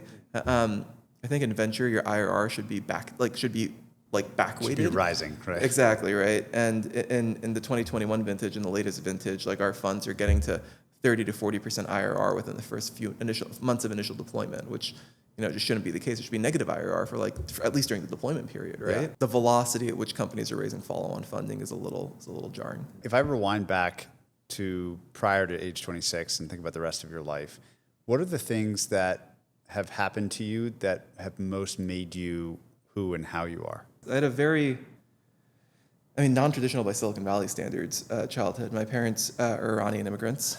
My dad immigrated pre-revolution, my mom post-revolution. I have an older brother, he's 5 years older than I am. And we grew up in Los Angeles, and just outside of Calabasas. My parents are small business owners. When I lived in LA, my father owned a couple of restaurants, a couple of dry cleaners, and my mom was in school to be a dental hygienist. And when we moved to the Bay Area, because that's where my mom had a sister and she wanted to be closer to family, that's probably about 12 or 13 years old. My dad, I mean, he's an immigrant coming from another country, so, and they're all financially motivated. And he kind of, in an early stage, instilled in me that, like, America revolves around money. And, you know, you need to figure out a way to make it. I heard it a little too often as a kid. And, you know, one of the things that I could point to when I was younger was the stock market. For whatever reason, my dad always had CNBC on in the mornings before school started, and I always saw it in the background. And when I was 13 years old, he was kind enough to lend me $2,000, him and my mom, and I wanted to teach myself to trade stocks. And I quickly learned that $2,000 was not enough money to trade stocks, and I wanted to learn to trade derivatives instead. I learned that the multiple potential in derivatives is order of magnitudes what you get in the stock market. I did that throughout my duration in high school, and then I also had a couple cool high school jobs. I only had 2 real jobs in my life. Job number 1 was when I was 14 years old, I shelved books at the local library. And then job number 2 was I worked at West Elm, the furniture store, which is actually my wife's favorite story about, like, my upbringing because of the way I did sales. Tell us, how'd you do it? At West Elm, I had this job when I was 16 and 17 years old, and I used it to finance a side hustle, which I'll tell you about in a second. But everybody in West Elm has a corner of the store, and every corner is its own version of a style of an apartment that you can have. Okay. And I worked there on the weekends, and I always kept an eye out for people that came to Marin from the city with zip cars. So they rented a car clearly to take some furniture home. So I always spotted the people who rented a car because I knew they were there for a mission.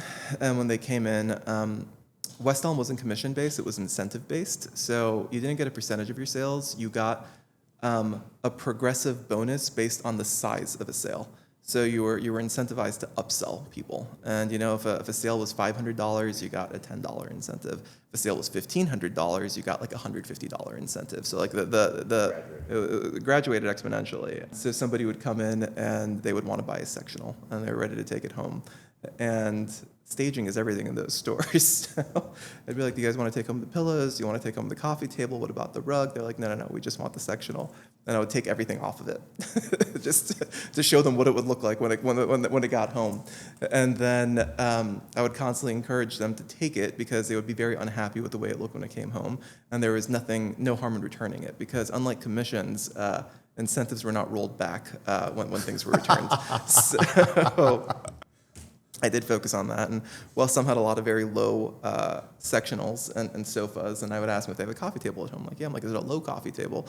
They said no. I'm like, well, have you ever seen a coffee table that's higher than a sectional? Like, and you have to prop your legs upward. It's not going to look good. It's not going to be comfortable. You should take this coffee table also. And so I ended up having, like, the highest average ticket sales at West Elm, just because the hourly rate was nothing compared to what you got on those incentives. So I really just focused on upsizing those sales. But then, half a summer and half a school year, I actually opted to go to the stockroom because I was able to get more work done in the stockroom because you're on the floor all day long. And that's when I actually, like, got an appreciation for hard labor because, as I mentioned, West Elm was like one of those stores that stocks everything. So they had a deal with UPS. Every morning, UPS would pull up a truck, and the stock guys would unload it and put it in there, and that's just how they made the inventory. And I remember this is probably like the single hardest day of physical work I had in my life, where our manager said, tomorrow we have 4 trucks. So we staffed 6 stock guys to unload these 4 trucks. It's going to take half the day, and we're going to call it a day. And the guys at UPS, they didn't actually unload. The deal was just to drop the trucks off, and then they would pick it up when they were empty. And I remember I showed up that next day, and everybody called in sick except for me. And I had to single-handedly unload 4 UPS trucks worth of furniture. And I started at 7:30 in the morning, and I think I was there till 7:30 at night. And for whatever reason, I ended the day very proud of myself. You know, I don't know if I should have, but I really appreciated, like, what hard work was. Well, I do think there's a concept of working hard and smart. I do think you have to do both. And I think hard work is just something that was always instilled in me in an early age. And I think founders work hard. I think you have to build hard to build anything of value or anything of success. And I think there are certain people who are willing to work that hard and certain people who aren't. I would argue that the 5 people who called in sick that day aren't willing to work that hard, and they probably haven't really gone much further in life than that West Elm stockroom. My side hustle business, which is where I actually made most of my money in high school, was I grew up in Marin County, which is a relatively affluent neighborhood. And there are some people that are a lot more affluent than others. And there were certain girls whose parents would throw them very extravagant sweet 16s. And there were other girls whose parents wouldn't. And I saw a hole in the market there. So my high school business was I would finance basically birthday sweet 16s for anybody who wanted a sweet 16. I did this for a couple years between the years of me being 16 and 17 years old. I would rent out a venue, I would get a DJ, and my only condition was they could invite anybody they want. It was going to be their birthday, their name was going to be on the banner, the DJ was going to do shout outs to their name, but I got to charge cover charge, and I also got to make the party dramatically larger and invite anybody from every other high school in Marin County.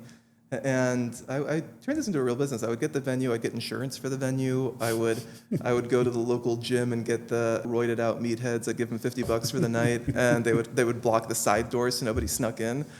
And I spent so much money on the first party that my parents were worried that I was going to lose all my savings that I'd saved up to throw that one event. And the funny joke was I had a pencil box to collect all the cash. And then within about 10 minutes of the party, there was too much cash. I couldn't close the pencil box anymore. So I ran to the bathroom and I took out like a garbage bag and I just started stuffing it with cash. And then that became like a business that ran for like the next couple of years until it didn't really make sense to host parties. So like how much money would you make on a party or in summer? I would net like $2,000 a weekend, and I would do like 2 to 3 parties per month. So it was a good little side business for high school.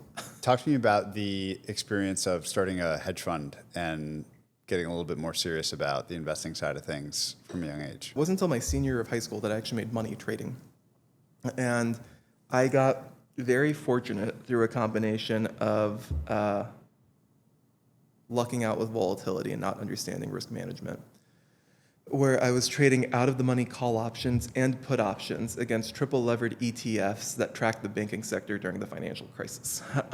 So things that an ETF that would swing, anywhere between 10 to 30% on a daily basis, given what the Federal Reserve was doing on TARP or no TARP, or Lehman getting bankrupt or Bear Stearns getting acquired by JPM. I had made a few $100,000 trading over a few short week windows on derivatives against those instruments. And that was like a good thing and a bad thing for me. The good thing was that it gave me a ton of confidence in myself, and I convinced myself that I was a genius. And the bad thing was it gave me way too much confidence in myself and convinced me that I was a genius.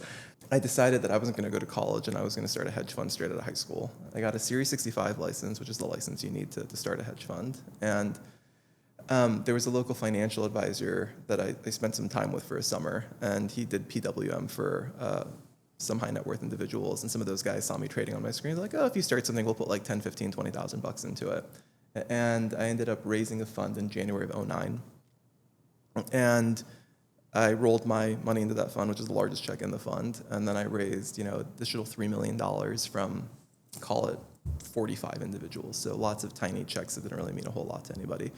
And launched a fund in January of 2009, so timing was definitely on my side. Fund focused on concentrated positions in triple levered ETFs, momentum trading on high vol tech stocks, and then derivatives on those two strategies to get even more leverage on the first two strategies. So I just had no idea what I was doing, but thankfully the market was forgiving of a strategy like that, but extreme volatility along the way. I had certain months where I was down 37%, one month that I was down 51%. August of 2011, I remember, as distinctly being one of the worst months of my life because it was the European debt crisis when Greece was on the crux of defaulting, and I think the market had 13 consecutive down days, and I was short vol. I actually experienced, wow, you could actually go into debt running a venture capital firm, but thankfully recovered from that. It took a few months, but that was a very, very painful month. I was in the Bay Area, and I just kept hearing more and more about tech, and I didn't particularly enjoy running a hedge fund. I did well financially relative to my age doing it, but I didn't like sitting in front of a computer screen for 15 hours a day. It's a very lonely job, and it's a very stressful job. I think people in venture complain that the feedback loops are too long. I agree that the feedback loops in hedge funds are too tight. I think you can convince yourself you're a good investor or convince yourself you're a bad investor too quickly in hedge funds. And I think which is why, if you look at hedge funds by default, they tend to have a shorter duration of life than like a legacy private equity firm or a legacy venture capital firm, because it's just very hard to outperform in public markets for extended periods of time. But I was in the Bay Area and I wanted to learn more about tech just because it was my backyard and I kept reading about it. And I started cold emailing VCs, angel investors, founders, just anybody I could read about online. And Silicon Valley is a nice place. People are pretty receptive to cold emails. And I got a few meetings with individuals, and I just learned more about tech, and I wanted to find a way to immerse myself in the ecosystem, and I just spent more time with individuals, and I wasn't really getting anywhere. So I was like, if I want to do this for a living, I can't be 1 foot in, 1 foot out. I need to just immerse myself into this entirely.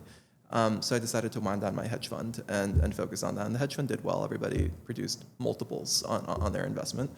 And then I tried to get a job at one of the big venture capital firms. I ultimately got a couple of interviews, and I remember, I look back on this and cringe, but one of the first guys who ever took a meeting with me, I reconnected with recently, is a guy named David Crane.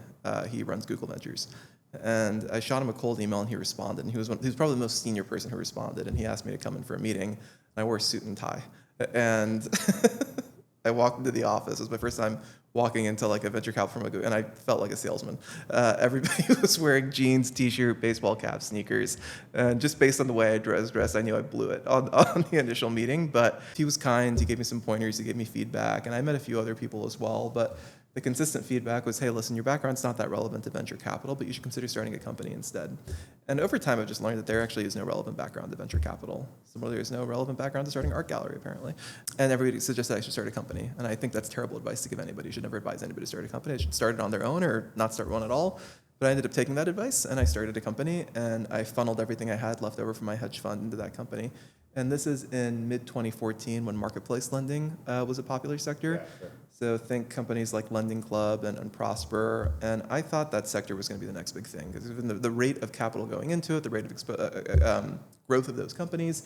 And I thought that if that sector would reach its full potential, there would need to be a liquid secondary market for it, because those loans did have maturity periods, and those maturity periods scaled anywhere from 3 years to 5 years to 7 years. And banks trade debt like a liquid asset class all the time, so why wouldn't the individuals trading on these platforms be able to have the same access to liquidity?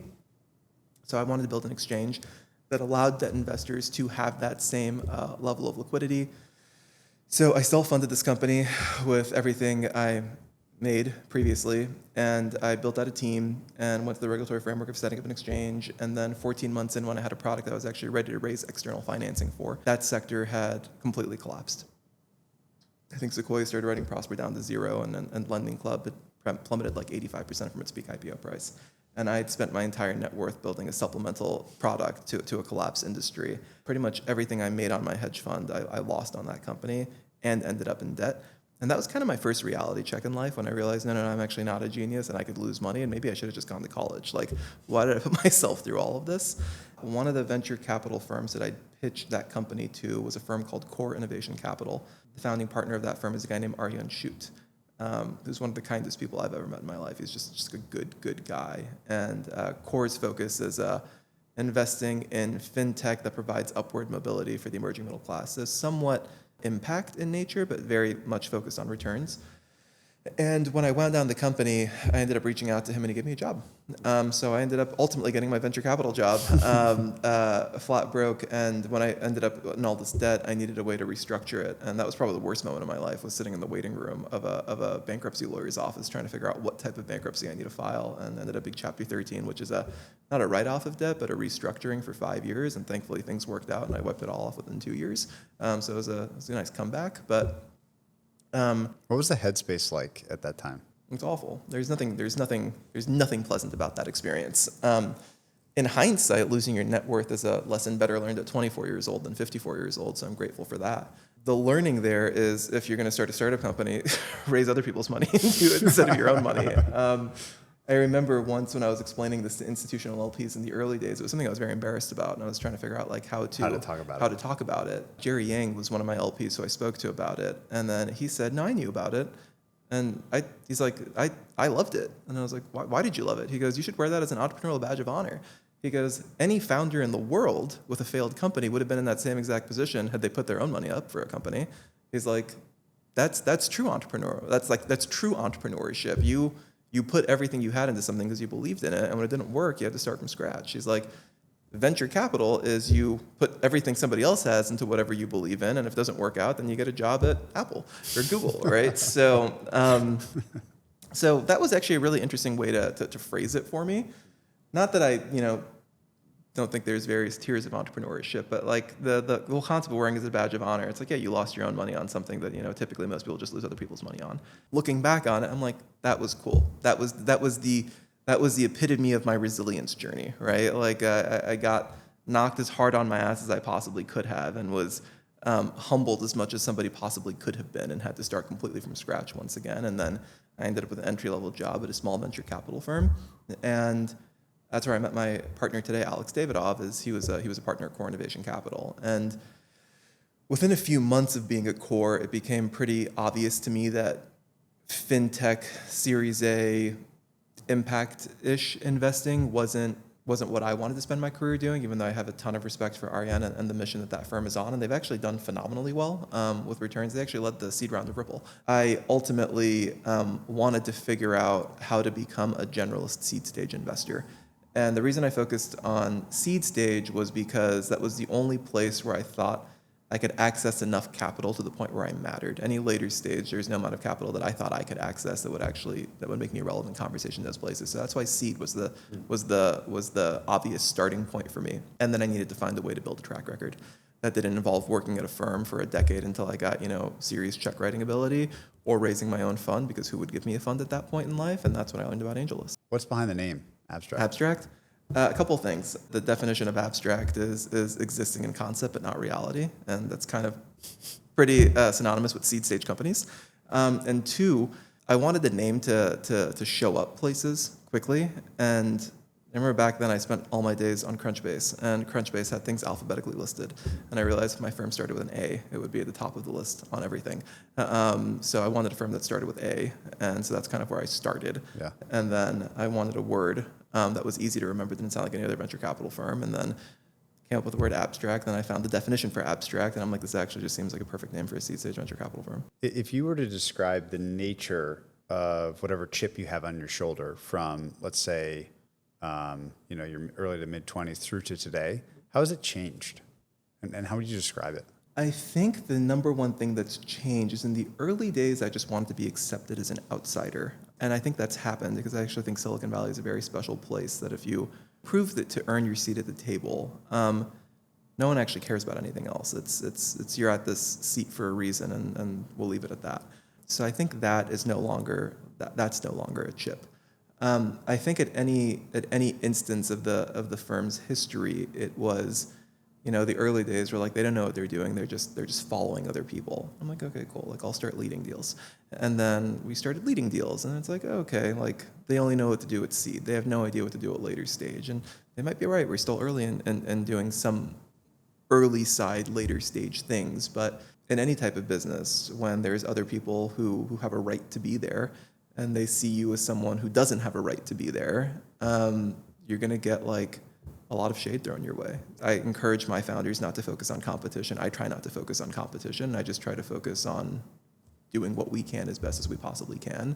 And I think everything we have done historically has proven that, we can do what we think we can do, what we said we can do, what we said we will do. And I think we can continue that pace. Say a couple adjectives each about your parents. How would you describe them? My mom is really tough, but also like the most loving mom in the world. And my dad is actually like totally soft, like really soft-hearted guy, but like very strict about like having direction in life. So my dad's number one thing was like, as long as you're working hard and you're good at something and you know how to create something out of it, you'll be successful at it. And my brother, he started a company as well, a vertical SaaS company that sells into the automotive industry, which when we moved to the Bay Area is the industry my dad got into. He ended up working at car dealerships and then working his way up until eventually became a partner of a franchise group that primarily deals in like luxury exotic cars. And my brother worked with him for a little bit and learned a little bit about that industry. And he bootstrapped a vertical SaaS business and that he just recently sold for a little less than $30 million. But the cool thing about it was he went to YC and raised less than $600,000 for the company, and it just ran it with him and his co-founder and no employees, and they got it to just shy of $6 million of ARR, but like highly, highly profitable because besides 2 employees and some hosting fees and some data licenses, like there was no expenses to the business whatsoever. But there are certain founders like him and other people in our portfolio that I point to. how much money how much you could actually do with just, $600,000 or $1 million. But the reason I pointed to him is we were raised the exact same way. We think about things differently, but, I think for two immigrant parents, having kids that have both, built things, my brother sold a company for $30 million. I have a venture capital firm that's, just shy of $2 billion in AUM today.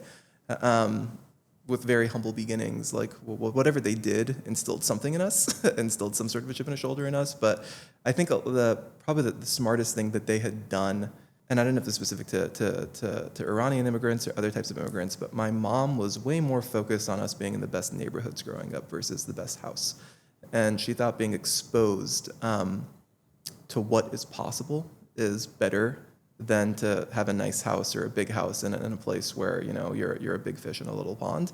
We were the tiniest fish in the biggest pond in the neighborhood that we'd grown up in. So I had friends whose fathers were the CEO of Visa or the CEO of Blue Shield and lived in these extravagant homes. So I knew these things existed, and I knew the path to that wasn't just being a doctor, lawyer, and there was other things there. So I think the best thing that my parents did for me and my brother was exposing us to that. What else outside of art and investing gets most of your attention? I have a wife and 3 kids. My wife is pretty involved in my business, actually. And How so? I actually met my wife at a holiday party. When I first met her, she was the director of marketing and communications at Bessemer. During our relationship, she became the head of marketing communications at Spark Capital. And now she sort of freelances and keeps herself busy by making sure we don't screw those things up at Abstract. She oversaw our entire rebrand, and she's very big on founder experience and aesthetic of the brand and the firm that we built. I met her, I want to say when I just turned 26 years old. So really, she was there at the founding days of Abstract. And what was really special about her, or meeting somebody like her, was that I love what I do, and I love talking about it. And because she worked in the industry herself for 6 or 7 years, she understands the significance of something that I might be excited about. She understands the significance of something that I might be upset about.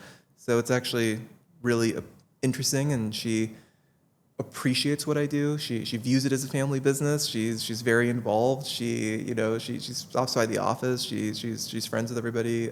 She's close with my partner, and she actually cares about what I do. And she's always been my biggest cheerleader since day one. March 2020 came around, and we were engaged, and we ended up having to postpone our wedding because every venue was closed for the next 2 years. And we saw a lot of our friends, traveling the world and really enjoying their COVID experience. And we basically decided whether we were going to do that or whether we were just going to start having kids. And so we did start having kids. And our first daughter, Lily, was born in October of 2020.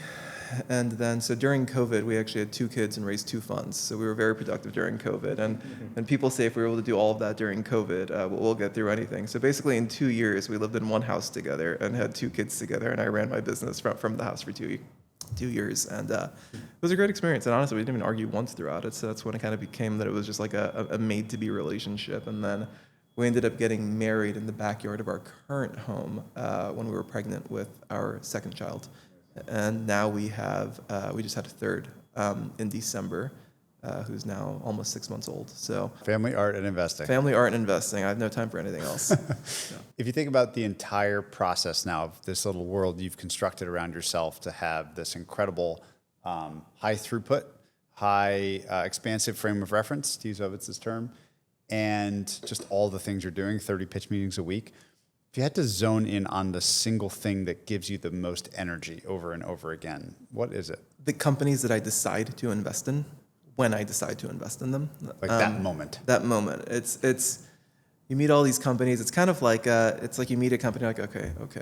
Hey, this is cool. This is really interesting. And then you start peeling back some layers, and you just get more and more excited about it. And then you have to win. And then you pull out every single stop, you clear your calendar to whatever you need to do to earn your slot on that founder's cap table and to earn their trust as their partner. There have been windows of time where I went 2 months, 3 months without investing in a single company. And in those 3-month periods, I'm like, what happened? I know there was good companies. Did we just not see any of them? Did we pass on ones that were obviously good? And I kind of just feel like I had 3 months where I just wasted time. I'm like, we we achieved nothing of value in the last 90 days. Like, how do we prevent that from happening again? Are we not seeing enough companies? I find a lot of excitement and enthusiasm. And then also, outside of family-related things, obviously watching, my kids talk or speak or catch a ball or draw something. I mean, that trumps everything. Relating into business, when a company you invested in really starts to work, that's always really exciting. When you see the stars start to align for one of your companies, and you can be there to fuel the fire in any way you possibly can, and be the pit crew to that Formula One driver. I think those things are really special. The only part of this ecosystem I haven't asked about is the LP side. What have you learned matters to LPs? And I guess like a similar set of sensibilities of like how you structure things to find, pick and win the best LPs as well, in the sort of process that you run to do so. So we're very fortunate. We have a incredibly high quality LP base that consists of blue chip endowments and foundations and founders of generational companies, and either them directly or through their foundations as well. Great hospitals, just great organizations to make money for, candidly. Some other, more traditional down the fairway guys who are just good because they've done this for a very, very long time, and they're good mentors because they've been LPs in other funds for 20 to 30 years. I think there's two types of LPs you meet, probably more than that, but I'll narrow it down into two. There's like the ones with imagination and the ones without imagination. And I don't want to like throw shade at anyone in particular, but there are certain LPs who have built portfolios of amazing venture capital firms, and they had invested in them before they were amazing venture capital firms, and they were fund one commitments to people who might necessarily have checked all the boxes of a traditional venture capital firm. And I think by and large those people have done dramatically better than the LPs who may be less imaginative and tend to only back managers who've spun out from other platforms, right? I think that's like the easy manager to back. It's okay, cool, this person's been a venture capitalist for 10 years. You can look at their historical track record and pretty much underwrite what their future track record's going to be. Arguably, their future track record won't be as good as their historical track record because the deals they were able to access those platform funds might not be deals that they have the ability to access or win in the future. Paula Valent is a great example of this. I don't think she'd mind me using her name. She used to be at Bowdoin, and now she's at Rockefeller. She was a day one LP to Chase Coleman. I think she was very early to Josh Kushner. She was my first institutional LP. And Bowdoin, small endowment, but I actually think there's stories that show that it's actually one of the best performing endowments in the world relative to its scale. And Stan Druckenmiller famously chairs their IC. Oftentimes you'll see that the managers she's in are mega managers today, but she was with them since day one. I think like anything, right? Like, there's a risk-reward profile. You take more risk with somebody, the reward potential is higher. If you take less risk with somebody, the risk is lower. The reward is higher. Looking for individuals, especially if you have a more non-pedigreed background like I had, that are going to be more interested in manager strategy fit versus like what is your track record and why should I care? And then in terms of like what you need to do to make yourself appealing to LPs, right? Like, there's multiple tiers of LPs. There's the highest tier of LP that can access any fund they want, and they're already in amazing venture capital firms. And then there's, LPs that don't get into those deals and are looking for more exposure to other types of companies. We, fortunately have an LP base that is heavily concentrated in the best firms in the world, and then they added Abstract to their roster. And that actually ended up being very beneficial for us because those are a lot of institutions that hadn't added a manager to their platform in a while because they already had the best managers, and getting Abstract added to that roster was kind of like a signal to the market that pay attention to this fund. And I think what we had brought to the table was something that they were already bought into, and it was that these multi-stage platform brands will continue to dominate, and they're going to continue to get double-digit ownership in the best companies in the world early. Their funds will get bigger and bigger, and as LPs, your exposure to those companies will be less and less, but you still will have exposure to the greatest companies. And I think what we brought to the table was definitive proof that we're accessing the same quality of company, granted less ownership, but granted dramatically more relative ownership. When they look at our fund, if there's overlapping companies in our fund with any other fund they have in their portfolio, 94% of the time, they have orders of magnitude more look-through ownership to that company through our fund than they would through one of the others. What have we not talked about in the world of VC investing that you think is important and intrigues you? One thing I tend to talk about somewhat frequently which I'm trying to figure out whether or not it's a feature or a bug, is the scale of the companies that are staying private. And it's kind of like a one hand feeds the other type of thing, because as these mega funds and all of them scale, they can only scale because Other ones are scaling. exactly, right? So they can scale because the size of the companies that are staying private are scaling, right? So if you have, a $5 billion, $8 billion, $10 billion, $12 billion venture capital firm, you need places where you can write $500 million to $1 billion checks. You now have that in a way that you didn't have 10 years ago. And you probably have about a dozen, maybe 15 places you can write checks that large in venture capital today. Those companies fan the flame that allow these VC funds to get larger and larger. And they break the narrative that venture doesn't scale, because venture actually does scale if you can write billion-dollar checks into companies that are still growing. Because the companies in venture that are the largest are still outpacing the growth of any of their public company comps. So they still do have venture scale growth, and they do have, but they're still private companies. The one thing that's interesting to think about from that perspective is what that actually means for an LP and what it means for early managers. I think it actually benefits us in a way that it might not benefit the later stage guys. But I think one thing that's kind of like an unintended consequence of this is it maintains like hyper productivity in these companies. I always joke that, not as a joke, it's honest, it's truth, but that early liquidity was the bug and not the feature of crypto. People got rich too quickly and they stopped building things. This latest swath of these companies that can absorb $500 billion to $1 billion checks, the reason the productivity of these companies is comparable to an early stage startup company is because there's been no early liquidity. And you have people still grinding and working, and the liquidity is coming via these, 1% to 5% tender offers, which is more than enough, give people a down payment on a house, but not enough to give people, $40 million of cash and generational wealth. And the restrictions on secondary have gotten really, really tight. So you can make an argument that like excess liquidity early is a killer of productivity. And is there a way to throttle that? And it's, you keep your companies private, you keep people satisfied with liquidity. I think that's very good from a company building perspective. I think it's problematic from a venture returns perspective. I mean, no LP is interested in getting liquidity in 3 to 5% installments. So I do think there needs to be a solution to that.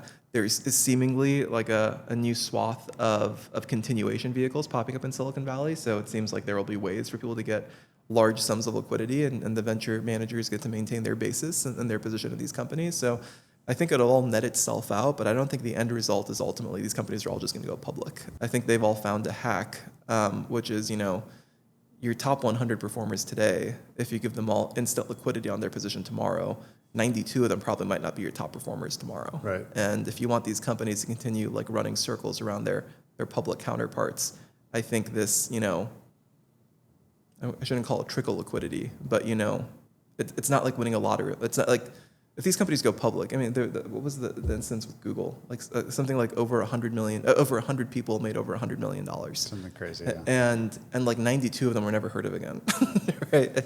And then the other 8 ended up becoming VCs who wanted to make more money than that. So I think that's kind of the risk you run into with that kind of liquidity is people win these lottos, and these companies are so large right now that is the type of liquidity that the early hires and the senior management of those companies will experience. It's a really interesting way to think about it that I hadn't heard that specific angle on it before, but I'm glad I asked the question. I feel like we've covered like a tremendous amount of information in 3 hours or whatever. And gotten so much of your life. It's so interesting how all the pieces fit together and how your tendency for approaching a new situation or problem, they sort of mirror each other. And you've got this method that's, I think, clearly emerged. So thank you so much for the time. When I do this, I ask the same traditional closing question of everybody. What is the kindest thing that anyone's ever done for you? On a business standpoint, it was probably Aryan Shute giving me that job at Core Innovation Capital. I actually look at that one single point in my life that had I not landed a job at a venture capital firm when I was flat broke with nothing to my name, where would I have ended up? Like, would I have just gotten a job somewhere where, like, there's a million scenarios that I can point to where I wouldn't have ended up where I am today. So I could point a lot of things to that guy giving me a job when no one else in the world would have at that point. So that's probably the kindest thing someone's ever done for me in business.